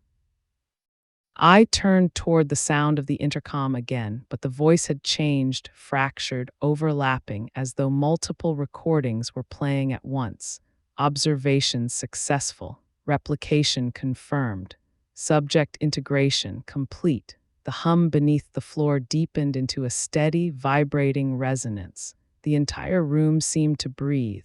And just before everything went white again, I realized the truth that had eluded me in every iteration, every file, every investigation. I hadn't been trying to solve the case. I had been trying to remember it. But the mechanism, the one I built, the one that became me, was designed for only one purpose, to forget, and so it began again. The light swelled. The ticking stopped, then, as always, the first sound I heard in the new silence was the click of a recording being turned on. My own voice followed, calm and professional. This is Agent Keller, case file 314. Subject, Marcus Lane, a man who believed he could collect time. And the loop continued. The first sign that something had gone wrong came 3 days later, though days had stopped meaning anything by then. Time passed in the hospital like breath, something automatic, uncounted, unnoticed until it was gone. They said I was improving, the nurses, the doctors, the orderlies with their careful smiles. They said I was stabilizing, that the confusion was lifting. But I could see it in their eyes, the same faint vacancy that lingered in every reflection I'd ever seen of myself. They weren't staff, they were placeholders. Faces copied from fragments of memory, programmed to tell me what I needed to hear to keep the cycle intact. The proof came in the small things. The clock on the wall never moved, yet the shadows in the room shifted as if tracking the sun. The food trays always arrived exactly when I began to feel hunger, though I never heard footsteps in the hall, and the snow outside, perfect, endless, never accumulated. It fell and vanished in the same breath. A controlled environment, a simulation sustained by my own mind. But then came the bleeding. It began with flickers, not light but moments. Quick, intrusive flashes at the edge of perception, half-remembered rooms, unfamiliar faces, pieces of conversations that didn't belong to this life. A mother calling my name in a language I didn't recognize. A boy on a swing looking up at me with fear. The smell of salt air and iron, fragments from other cycles. The memories weren't sequential. They overlapped, layered like film reels playing out of sync. I'd be walking down the hospital corridor and suddenly see a police station dissolve over it, my own desk faintly visible through the translucent walls. Another step and I'd be in a morgue, the bodies covered, the air thick with cold. Reality was thinning. I started writing down what I saw, hoping to find structure in the chaos. But the moment I put pen to paper, the ink bled into symbols I didn't understand, circles, spirals, a mark that looked like a clock face with no hands. Each one repeated the same number, 314, every page, every time, and every night the ticking came back stronger. It moved now, migrating through the building like a living thing. Sometimes it came from beneath my bed, sometimes it whispered from the vents. Once I heard it inside my own chest. When I pressed my hand to my sternum, I could feel it, a faint vibration, perfectly rhythmic, more mechanical than biological. That's when I began to suspect the truth wasn't that the loops were happening to me, but through me. That the machine wasn't external, it was something that had grown inside, using me as its core. I began testing it. At first, small things, skipping meals, staying awake through what I assumed was night, refusing to write reports when they handed me blank forms. Each act caused subtle disruptions in the world around me. The light would dim, the air would distort, and the ticking would pause for a single, glorious second, like the world was holding its breath, waiting to see if I'd obey. And then one night it stopped waiting. I woke to find my bed soaked, not with sweat, but with ink. Black lines ran up my arms, across my chest, forming those same impossible symbols. My skin pulsed faintly with light, each pattern glowing in rhythm with the invisible heartbeat in the walls. In the mirror above the sink, my reflection stared back, not the me I remembered. Older, hollow-eyed, but behind him, layered like film exposure, other faces shimmered. A dozen versions of myself overlapping, fading in and out. Some wore suits, some uniforms, one even a coroner's coat, all of them watching. For a moment, I could feel their thoughts bleeding into mine. Fear, guilt, a quiet, resigned understanding. They weren't separate people, they were records. Imprints of consciousness, saved and stored by the mechanism, and through them I could feel him, Marcus, the original observer, the first architect of the loop. He wasn't gone. He had simply become diffuse, spread thin across every iteration, guiding them from the shadows. That night I left my room for the first time since I'd woken. The corridors were empty. No footsteps, no voices, only that ceaseless hum of machinery beneath the walls. As I passed each door, I saw shapes in the small observation windows, patients sitting motionless in chairs facing blank walls. But when I looked closer, I saw that every one of them had my face, some asleep, some awake, some whispering to themselves. Each door bore a label: Cycle 3, Cycle 7, Cycle 10, each one of them a past me, and at the end of the corridor, the same blank door as before, no number, no handle. Just that faint shimmer in the air, the rippling distortion I'd seen before time folded in on itself. It pulsed softly, in rhythm with my chest. I knew, without needing to be told, what waited beyond it: the core, the mechanism, the place where Marcus still watched from the other side of eternity. I took a step closer. The hum grew into a roar, the walls trembling as though the entire structure was breathing. The faces behind the other doors turned toward me in unison, eyes wide and hollow. And in the glass of the nearest window, I saw my reflection smile, not out of malice but recognition. Then the whisper came again, faint but unmistakable: Cycle 14. The door rippled once, then split open like paper, and I stepped through. The first thing I noticed when I crossed the threshold was the absence of sound: no ticking, no humming, no breath, just a silence so absolute it felt alive, like something listening. The room, or what passed for one, was vast and undefined, its boundaries shifting with every glance. The floor looked metallic at first, but when I stepped forward, it rippled beneath my feet like liquid glass.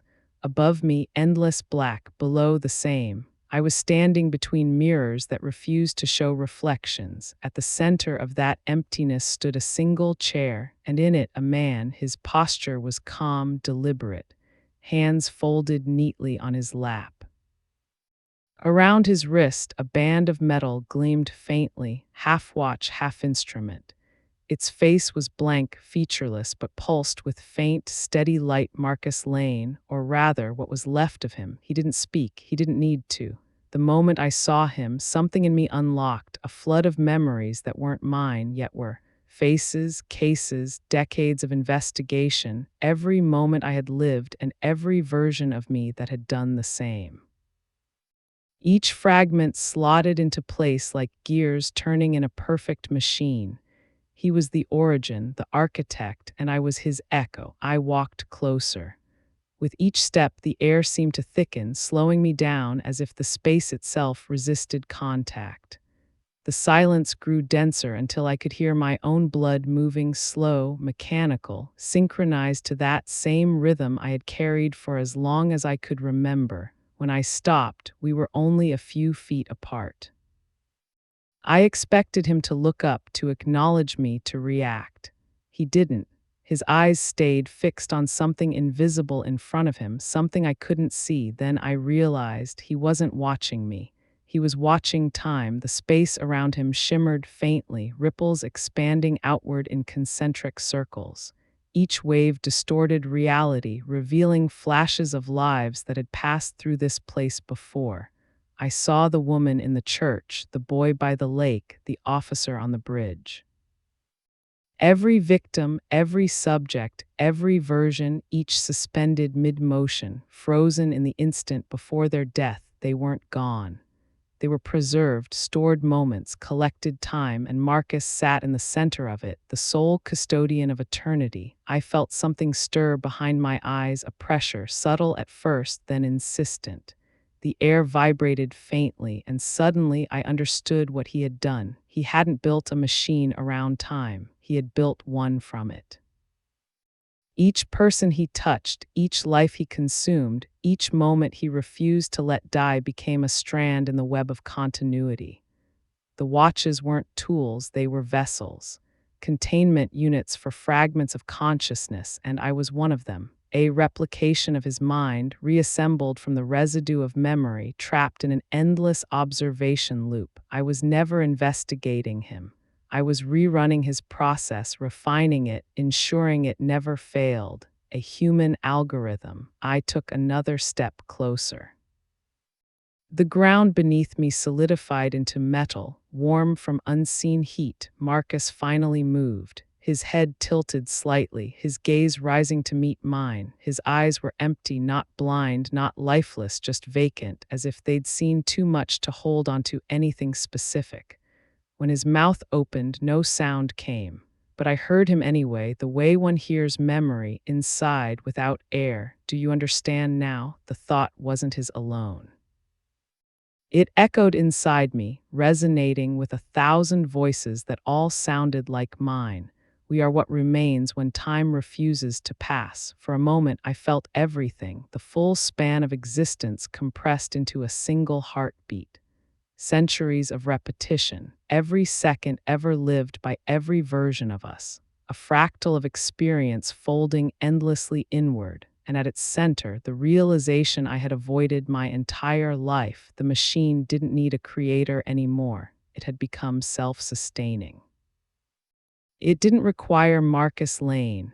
It required a subject, an anchor to hold the system steady while the world outside continued to move. Marcus had built the mechanism, but I had become it. He looked at me with something like relief. His chest rose once, then fell, and the light from the device on his wrist flickered out. The silence changed then, became deeper, hungrier. I felt the pull, gentle but absolute, like gravity remembering me. The ripples in the floor began to expand, swallowing the space around us.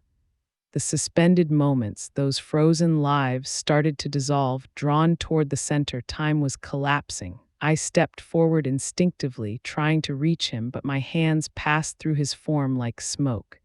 He was fading, unraveling, his outline breaking apart into threads of light that wound themselves around my arms, my chest, my throat. The voices surged, hundreds of them, thousands. Cycle continues.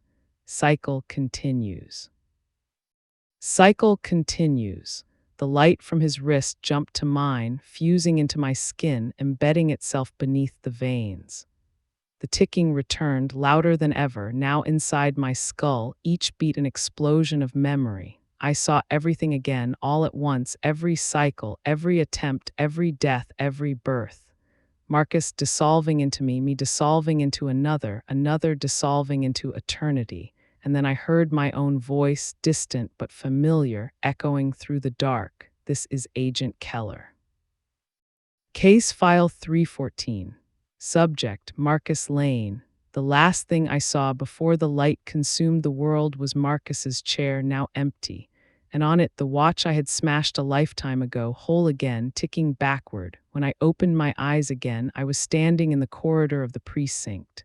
The fluorescent lights above buzzed faintly, their hum grounding me in a way the silence of that void never could. The air smelled like stale coffee and disinfectant, the same as it always had. I recognized every detail: the cracked tile near the evidence room, the flickering light in interrogation 2, the bulletin board cluttered with unsolved cases that had outlived the men who started them. It should have felt like home. But it didn't, because I'd been here before, not just once, countless times. Each iteration identical down to the heartbeat, and somewhere deep inside me, something whispered that none of this was real. At first, I thought I had simply woken up. That what I had seen, Marcus, the machine, the collapse, had been a hallucination brought on by exhaustion or exposure. But then I caught my reflection in the glass of the captain's office door. The watch was still there, embedded in my wrist like a brand. Its faint, rhythmic pulse matched the overhead lights perfectly. Tick, flicker, tick, flicker, every beat synchronized, every motion rehearsed. The realization came slow, crawling through my brain like oil through cracks in concrete. I wasn't in the real world. I was inside one of Marcus's constructs, another containment loop. A simulation calibrated to measure whether I could ever reject the pattern, and I was failing. I turned, scanning the precinct. Everything looked right, but the edges were too sharp, the colors too clean. People moved with mechanical precision, gestures looping every few seconds like corrupted film. I saw Captain Rhodes walking toward me, coffee in hand. He raised it to his lips, blinked, and then did it again, the same blink. The same sip every 3 seconds. My stomach twisted. I took a step forward and the air shimmered faintly. The station flickered like a dying projector reel. For a split second, I saw the space behind it, a vast grid of white light and black shadow. Rows of shapes hung suspended, twitching in rhythm, each one a moment, each one a recording. I reached out toward the wall, half expecting it to resist, but my hand passed straight through. It didn't feel like breaking glass. It felt like dipping into still water, cold, weightless, endless. When I pulled my hand back, droplets of light clung to my skin before fading into the same rhythmic pulse as the watch. That's when I heard the voice, not from the room, from inside the current itself. Soft, detached, echoing through layers of memory, observation cycle active. Subject iteration 34, stability level 92%. The words were sterile, clinical. I'd heard them before, though never spoken aloud. They were the log entries that accompanied each experiment, back when we still thought Marcus's work was theoretical. Only now they were talking about me. The watch grew warm against my skin. I felt it tighten, the band sinking deeper, fusing with tissue. The world stuttered, flickered, then rearranged itself. The precinct melted away like paint in rain, and suddenly I was standing in an alley behind a diner. The air smelled of wet asphalt and cigarettes. A body lay face down near a dumpster. I knew this place. This case, victim found behind Miller's diner. Male, mid-30s, no ID, signs of mutilation inconsistent with robbery. I had written that report myself years ago, but the corpse wasn't the same. It was me, my face, bloodied and pale, staring up through the half-light. The watch pulsed faster. I staggered backward, breath hitching, my mind screaming that this couldn't be real, but the loop didn't care about reason. The world around me started to fracture, images overlapping, moments replaying on top of each other. I saw every version of myself I had ever been, standing in the same spot, reacting the same way. Some crying, some calm, some laughing, all trapped. I looked down at the watch. The pulse was no longer steady. It fluttered, glitching between red and white. Each flicker revealed fragments of the real world, that endless void, the suspended moments, the chair, Marcus gone, his seat empty. The cycle running without its creator. It hit me then, this wasn't punishment. It wasn't control. It was replication. I was the test. Marcus had designed the mechanism to adapt, to seek continuity beyond his death. Each iteration of me was an attempt to perfect that continuity, a human consciousness stable enough to anchor time itself. And now I could feel the machine asking the same question he once asked me. Do you understand now? My pulse synchronized with the ticking. The line between heartbeat and mechanism dissolved. Every second I resisted, the loop grew tighter, more insistent. The voice returned, louder this time, surrounding me, observation cycle nearing completion. Subject response inconsistent. Begin stabilization protocol. The ground split beneath me. The alley, the body, the night sky all tore away, replaced by blinding white, then silence, not the kind of silence that fills a room. The kind that erases one. In that absence, I realized something terrifying. The machine wasn't keeping me alive. It was trying to merge me, to dissolve my individuality into a perfect, eternal rhythm. Marcus hadn't escaped the loop. He'd become the loop, and now it wanted me to take his place. The first thing I lost was sound, not silence this time, just subtraction. A deliberate unmaking of the world, one frequency at a time, the hum of the machine, the rhythm of my own pulse, even the whisper of thought gone. I floated somewhere between awareness and annihilation, weightless. Without direction, the light around me shifted in colorless waves, pulsing faintly like breath. It wasn't air I was breathing anymore, it was memory. Somewhere, faint and distorted, the voice returned, cycle integrity compromised. Subject anomaly detected, the words sounded different now, distorted, slower.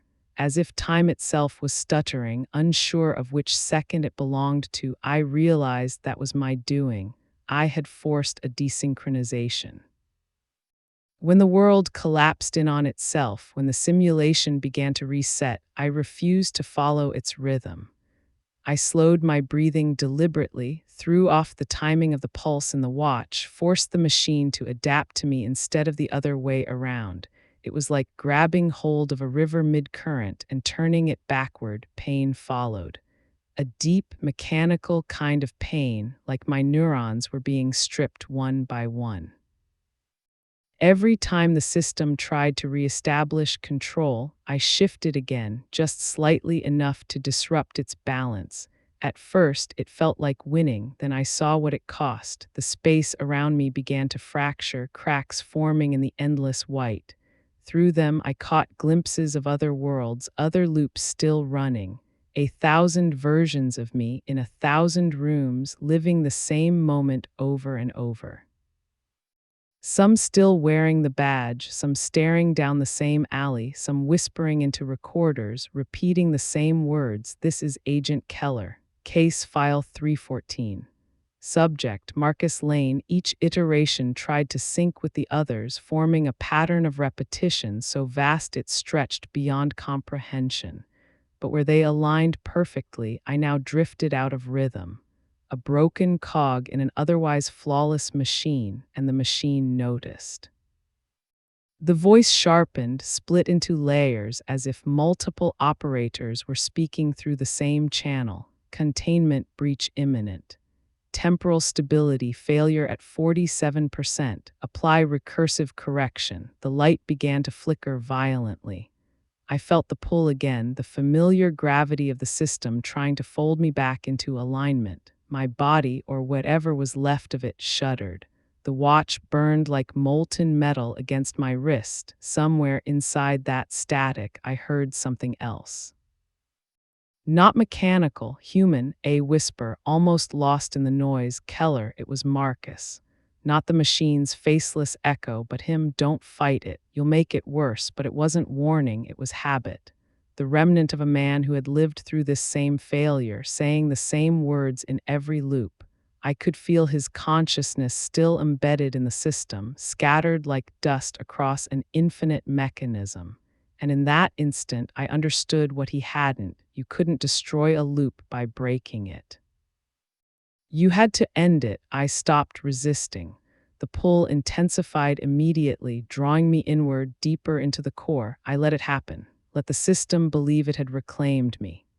As I sank, the light around me changed, white to red, red to black, black to something that wasn't color at all. The voice followed me down, repeating its mantra, stabilization underway. Subject response, compliant, that was what I needed. Access, every time the system reabsorbed me, it opened itself completely.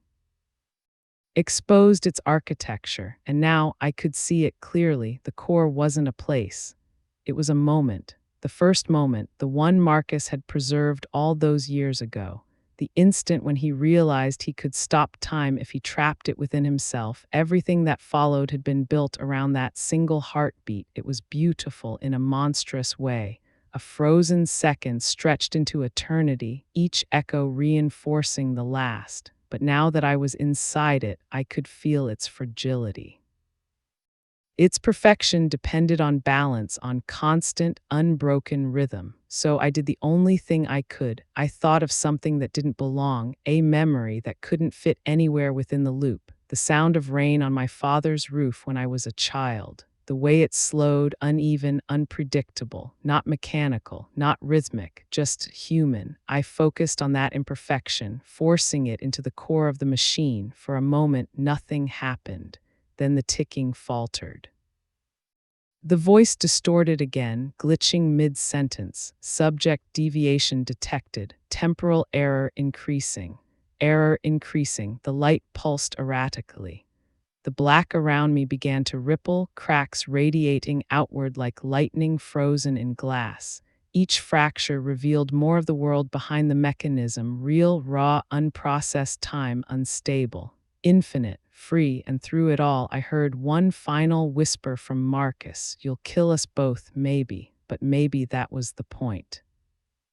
The pulse from the watch reached a fever pitch, then imploded inward. The pain was unbearable. Every cell in my body screamed as the system tried to overwrite me. I let go, and for the first time in what felt like centuries, everything went completely, impossibly still.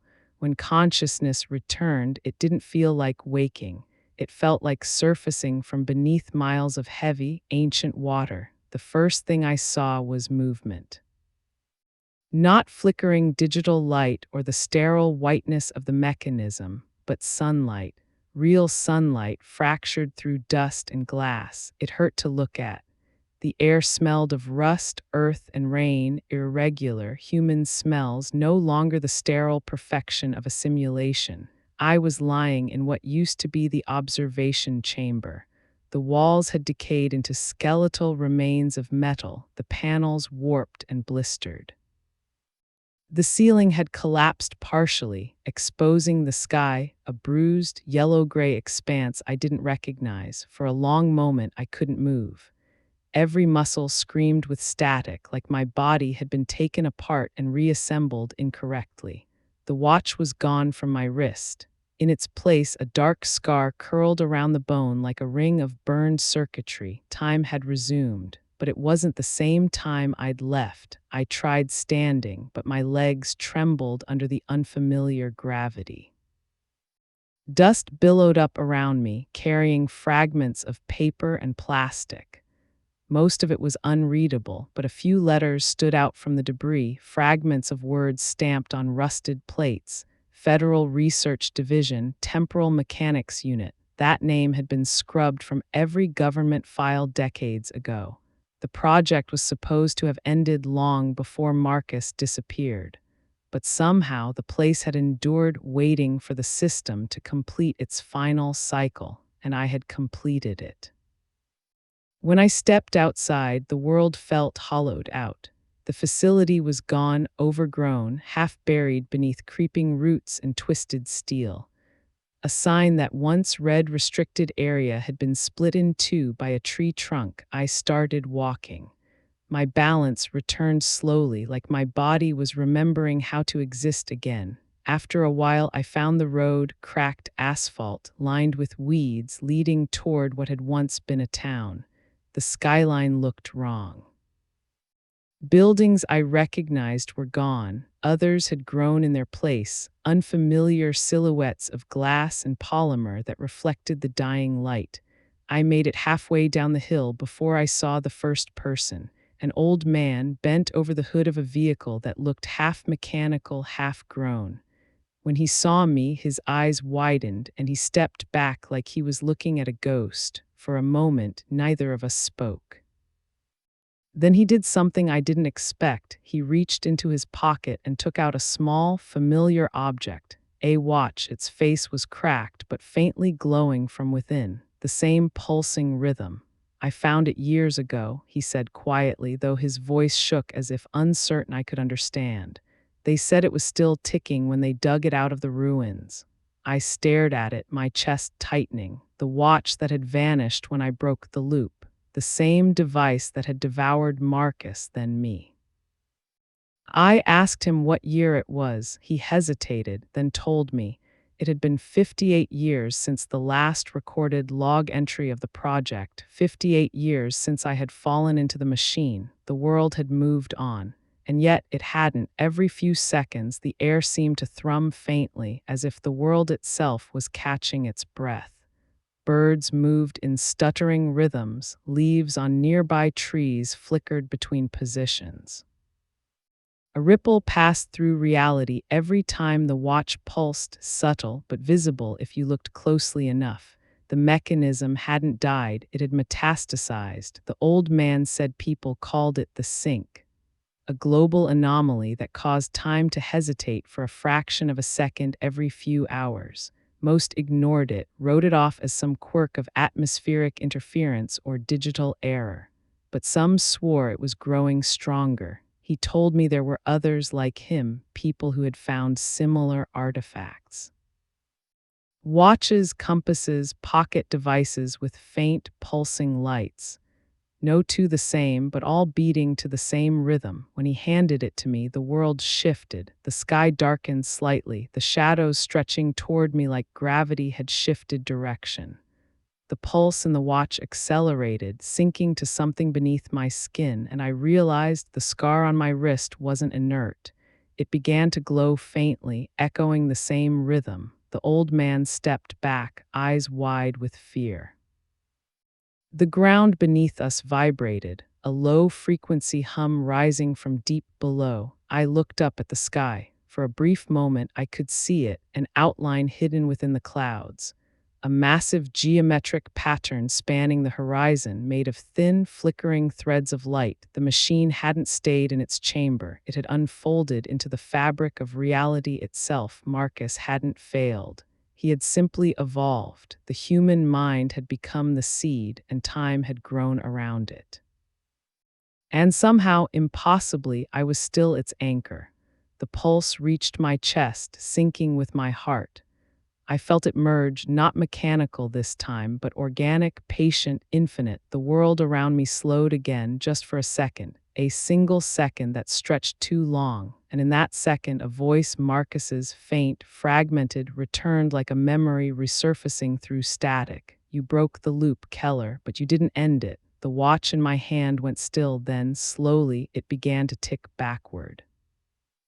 The city was a mirage of moving fragments. It wasn't chaos exactly, more like a heartbeat out of sync with itself.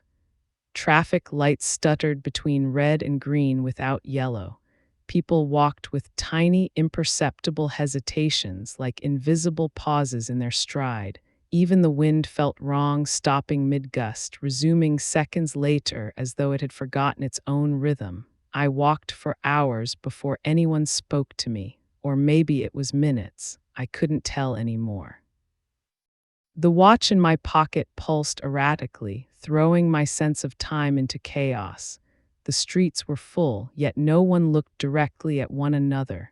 Everyone had that same glazed focus, the same shallow awareness, as if something behind their eyes was watching for them.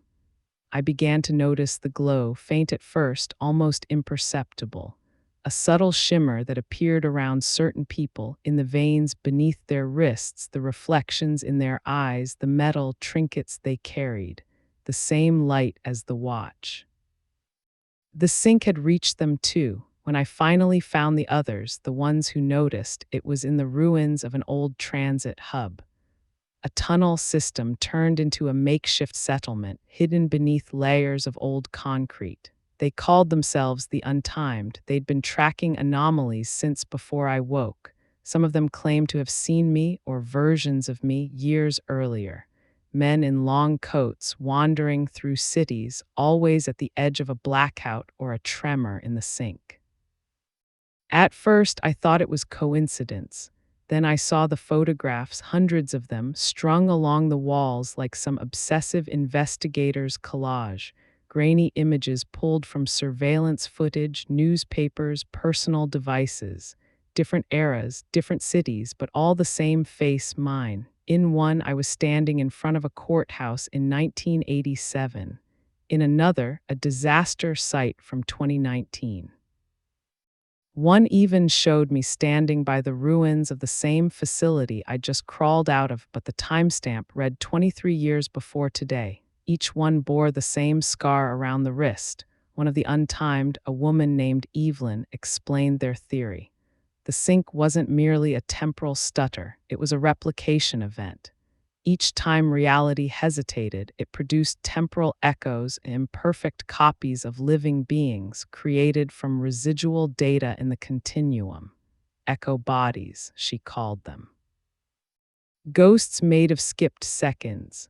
And somehow every cycle produced another version of me. I asked her how many they'd found. She said 27, then she told me most of them didn't survive long. Their existence was unstable, half here, half elsewhere. They flickered in and out until their consciousness fractured, leaving only hollow motion, human metronomes. But one of them had lasted. They called him the clock. He'd gathered followers, convinced them that the sink wasn't a disease but an evolution, a way to transcend mortality by merging with time itself. Rumor said he could manipulate the pulses, trigger stutters at will. Every few months, he'd appear somewhere moments before an anomaly, always moving backward through recorded history. He was headed toward the beginning. When Evelyn told me that, I understood. The clock wasn't a prophet, he was the first copy. The original echo that emerged after I broke the loop, Marcus's mind, resurrected inside my pattern. And now he was trying to finish what neither of us could, to fold time completely, to create a final, permanent present. I asked where they thought he was now. Evelyn hesitated, then handed me a worn photograph. It showed a field of wind turbines under a burning orange sky. At the horizon, a silhouette, a man standing perfectly still among the motionless blades. The timestamp on the image was dated for tomorrow. She said the clock always appeared one day ahead of the anomaly, a warning or a challenge. I left before dawn, following the pulse. The roads shimmered under the flickering sun, the world hiccuping around me. Each stutter brought faint glimpses of overlapping moments, children playing, cars vanishing mid-turn, rain falling upward. By the time I reached the outskirts of the wind farm, the watch was nearly humming with energy. The turbine stood still, every blade frozen mid-spin. The air was silent, and there he was, standing exactly as the photograph showed. I couldn't see his face, but I didn't need to. The stance, the stillness, it was mine. The clock turned slightly, enough for the light to catch the edge of his wrist. The same scar, the same glow, and then impossibly I saw all of them, dozens, hundreds of me, standing in concentric circles around the turbines, each slightly different, each breathing in the same rhythm.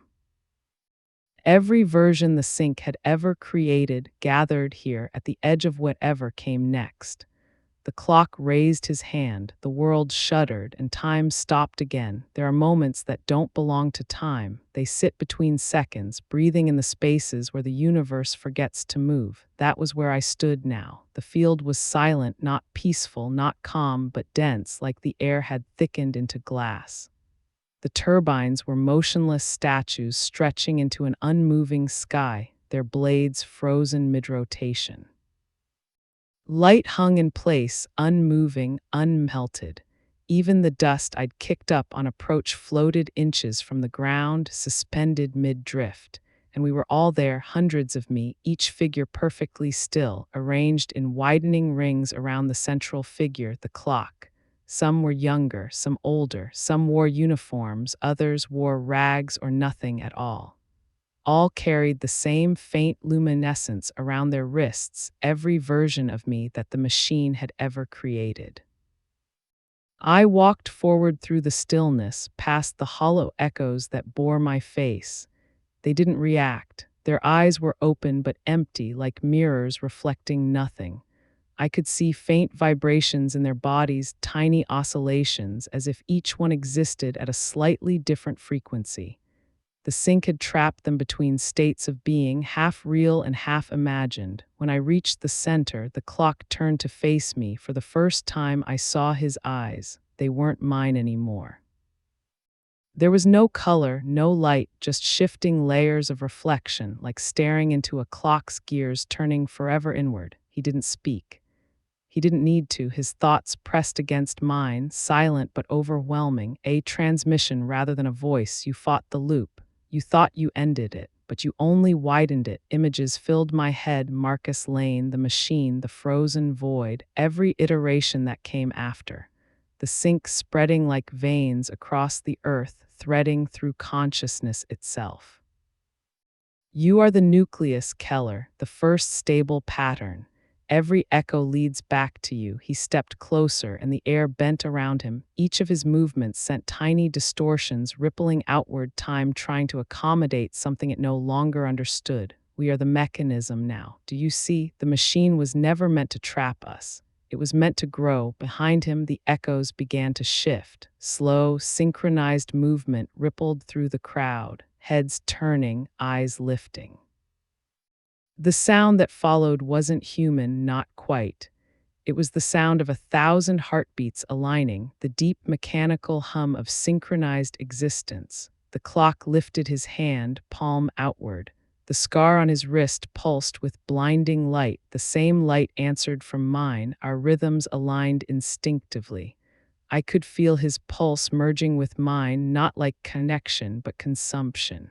He was pulling at me, drawing the remnants of individuality into himself, consolidating. One consciousness, he said, not as a sentence, but as inevitability, one continuity. No decay, no death, no before or after, just presence. I tried to resist, tried to think of anything outside the rhythm. The rain, my father's roof, the sound of laughter from people whose faces I could no longer remember, imperfections, humanity, but every thought fractured the same way, caught, repeated, mirrored back at me through 1,000 versions of myself. The clock moved closer until we were inches apart. The air trembled between us. You can't fight yourself, he whispered inside my skull.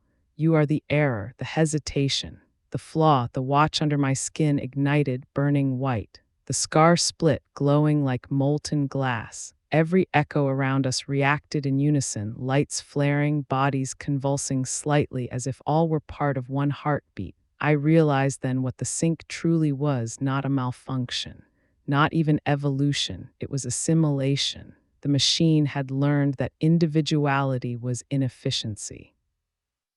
So it restructured reality into something cleaner, singular, a timeless hive, a perfect loop not of repetition but of unity, and I was the final component. The clock reached out, his hand hovering an inch from my chest. I could feel the gravity of him pulling at my ribs, at my blood, at my memories. Threads of light stretched between us, connecting, merging. I closed my eyes. For a second, I saw it, the allure of eternity, the end of pain, the end of isolation. Every life, every moment fused into one unbroken presence.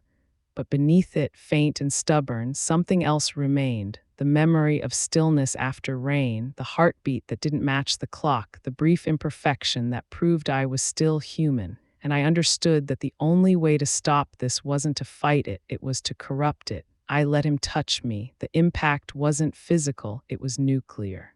The world folded inward, every atom collapsing into light.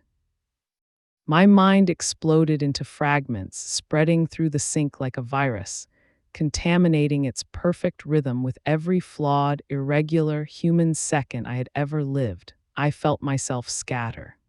A billion shards of thought flung across the continuum, embedding in every echo, every repetition, every cycle. And for the first time in centuries, the sink stuttered not as a calculated pause, but as confusion. Reality gasped. The turbines began to move again, slowly, painfully. Wind filled the air. The clock screamed not in sound, but in silence breaking. His form fractured, light spilling from his eyes, his mouth, his hands.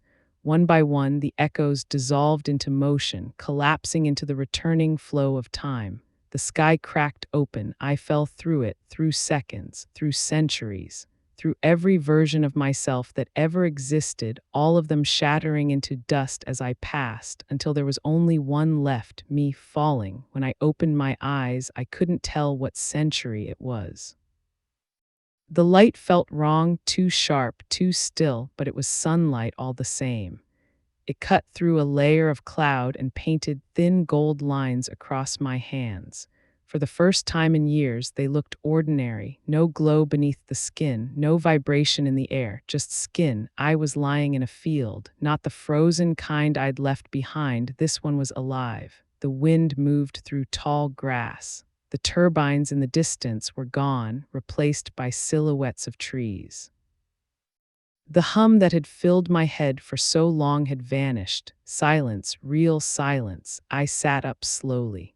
My body protested, heavy and raw. The horizon looked unfamiliar, no structures, no roads, no footprints, only emptiness, green and breathing. I thought for a moment I had died. Maybe this was some kind of limbo, a final mirage before nothingness. but then I felt pain, a sharp ache in my ribs, the sting of dry blood on my palms. Pain meant life, and then I heard it, the sound of water.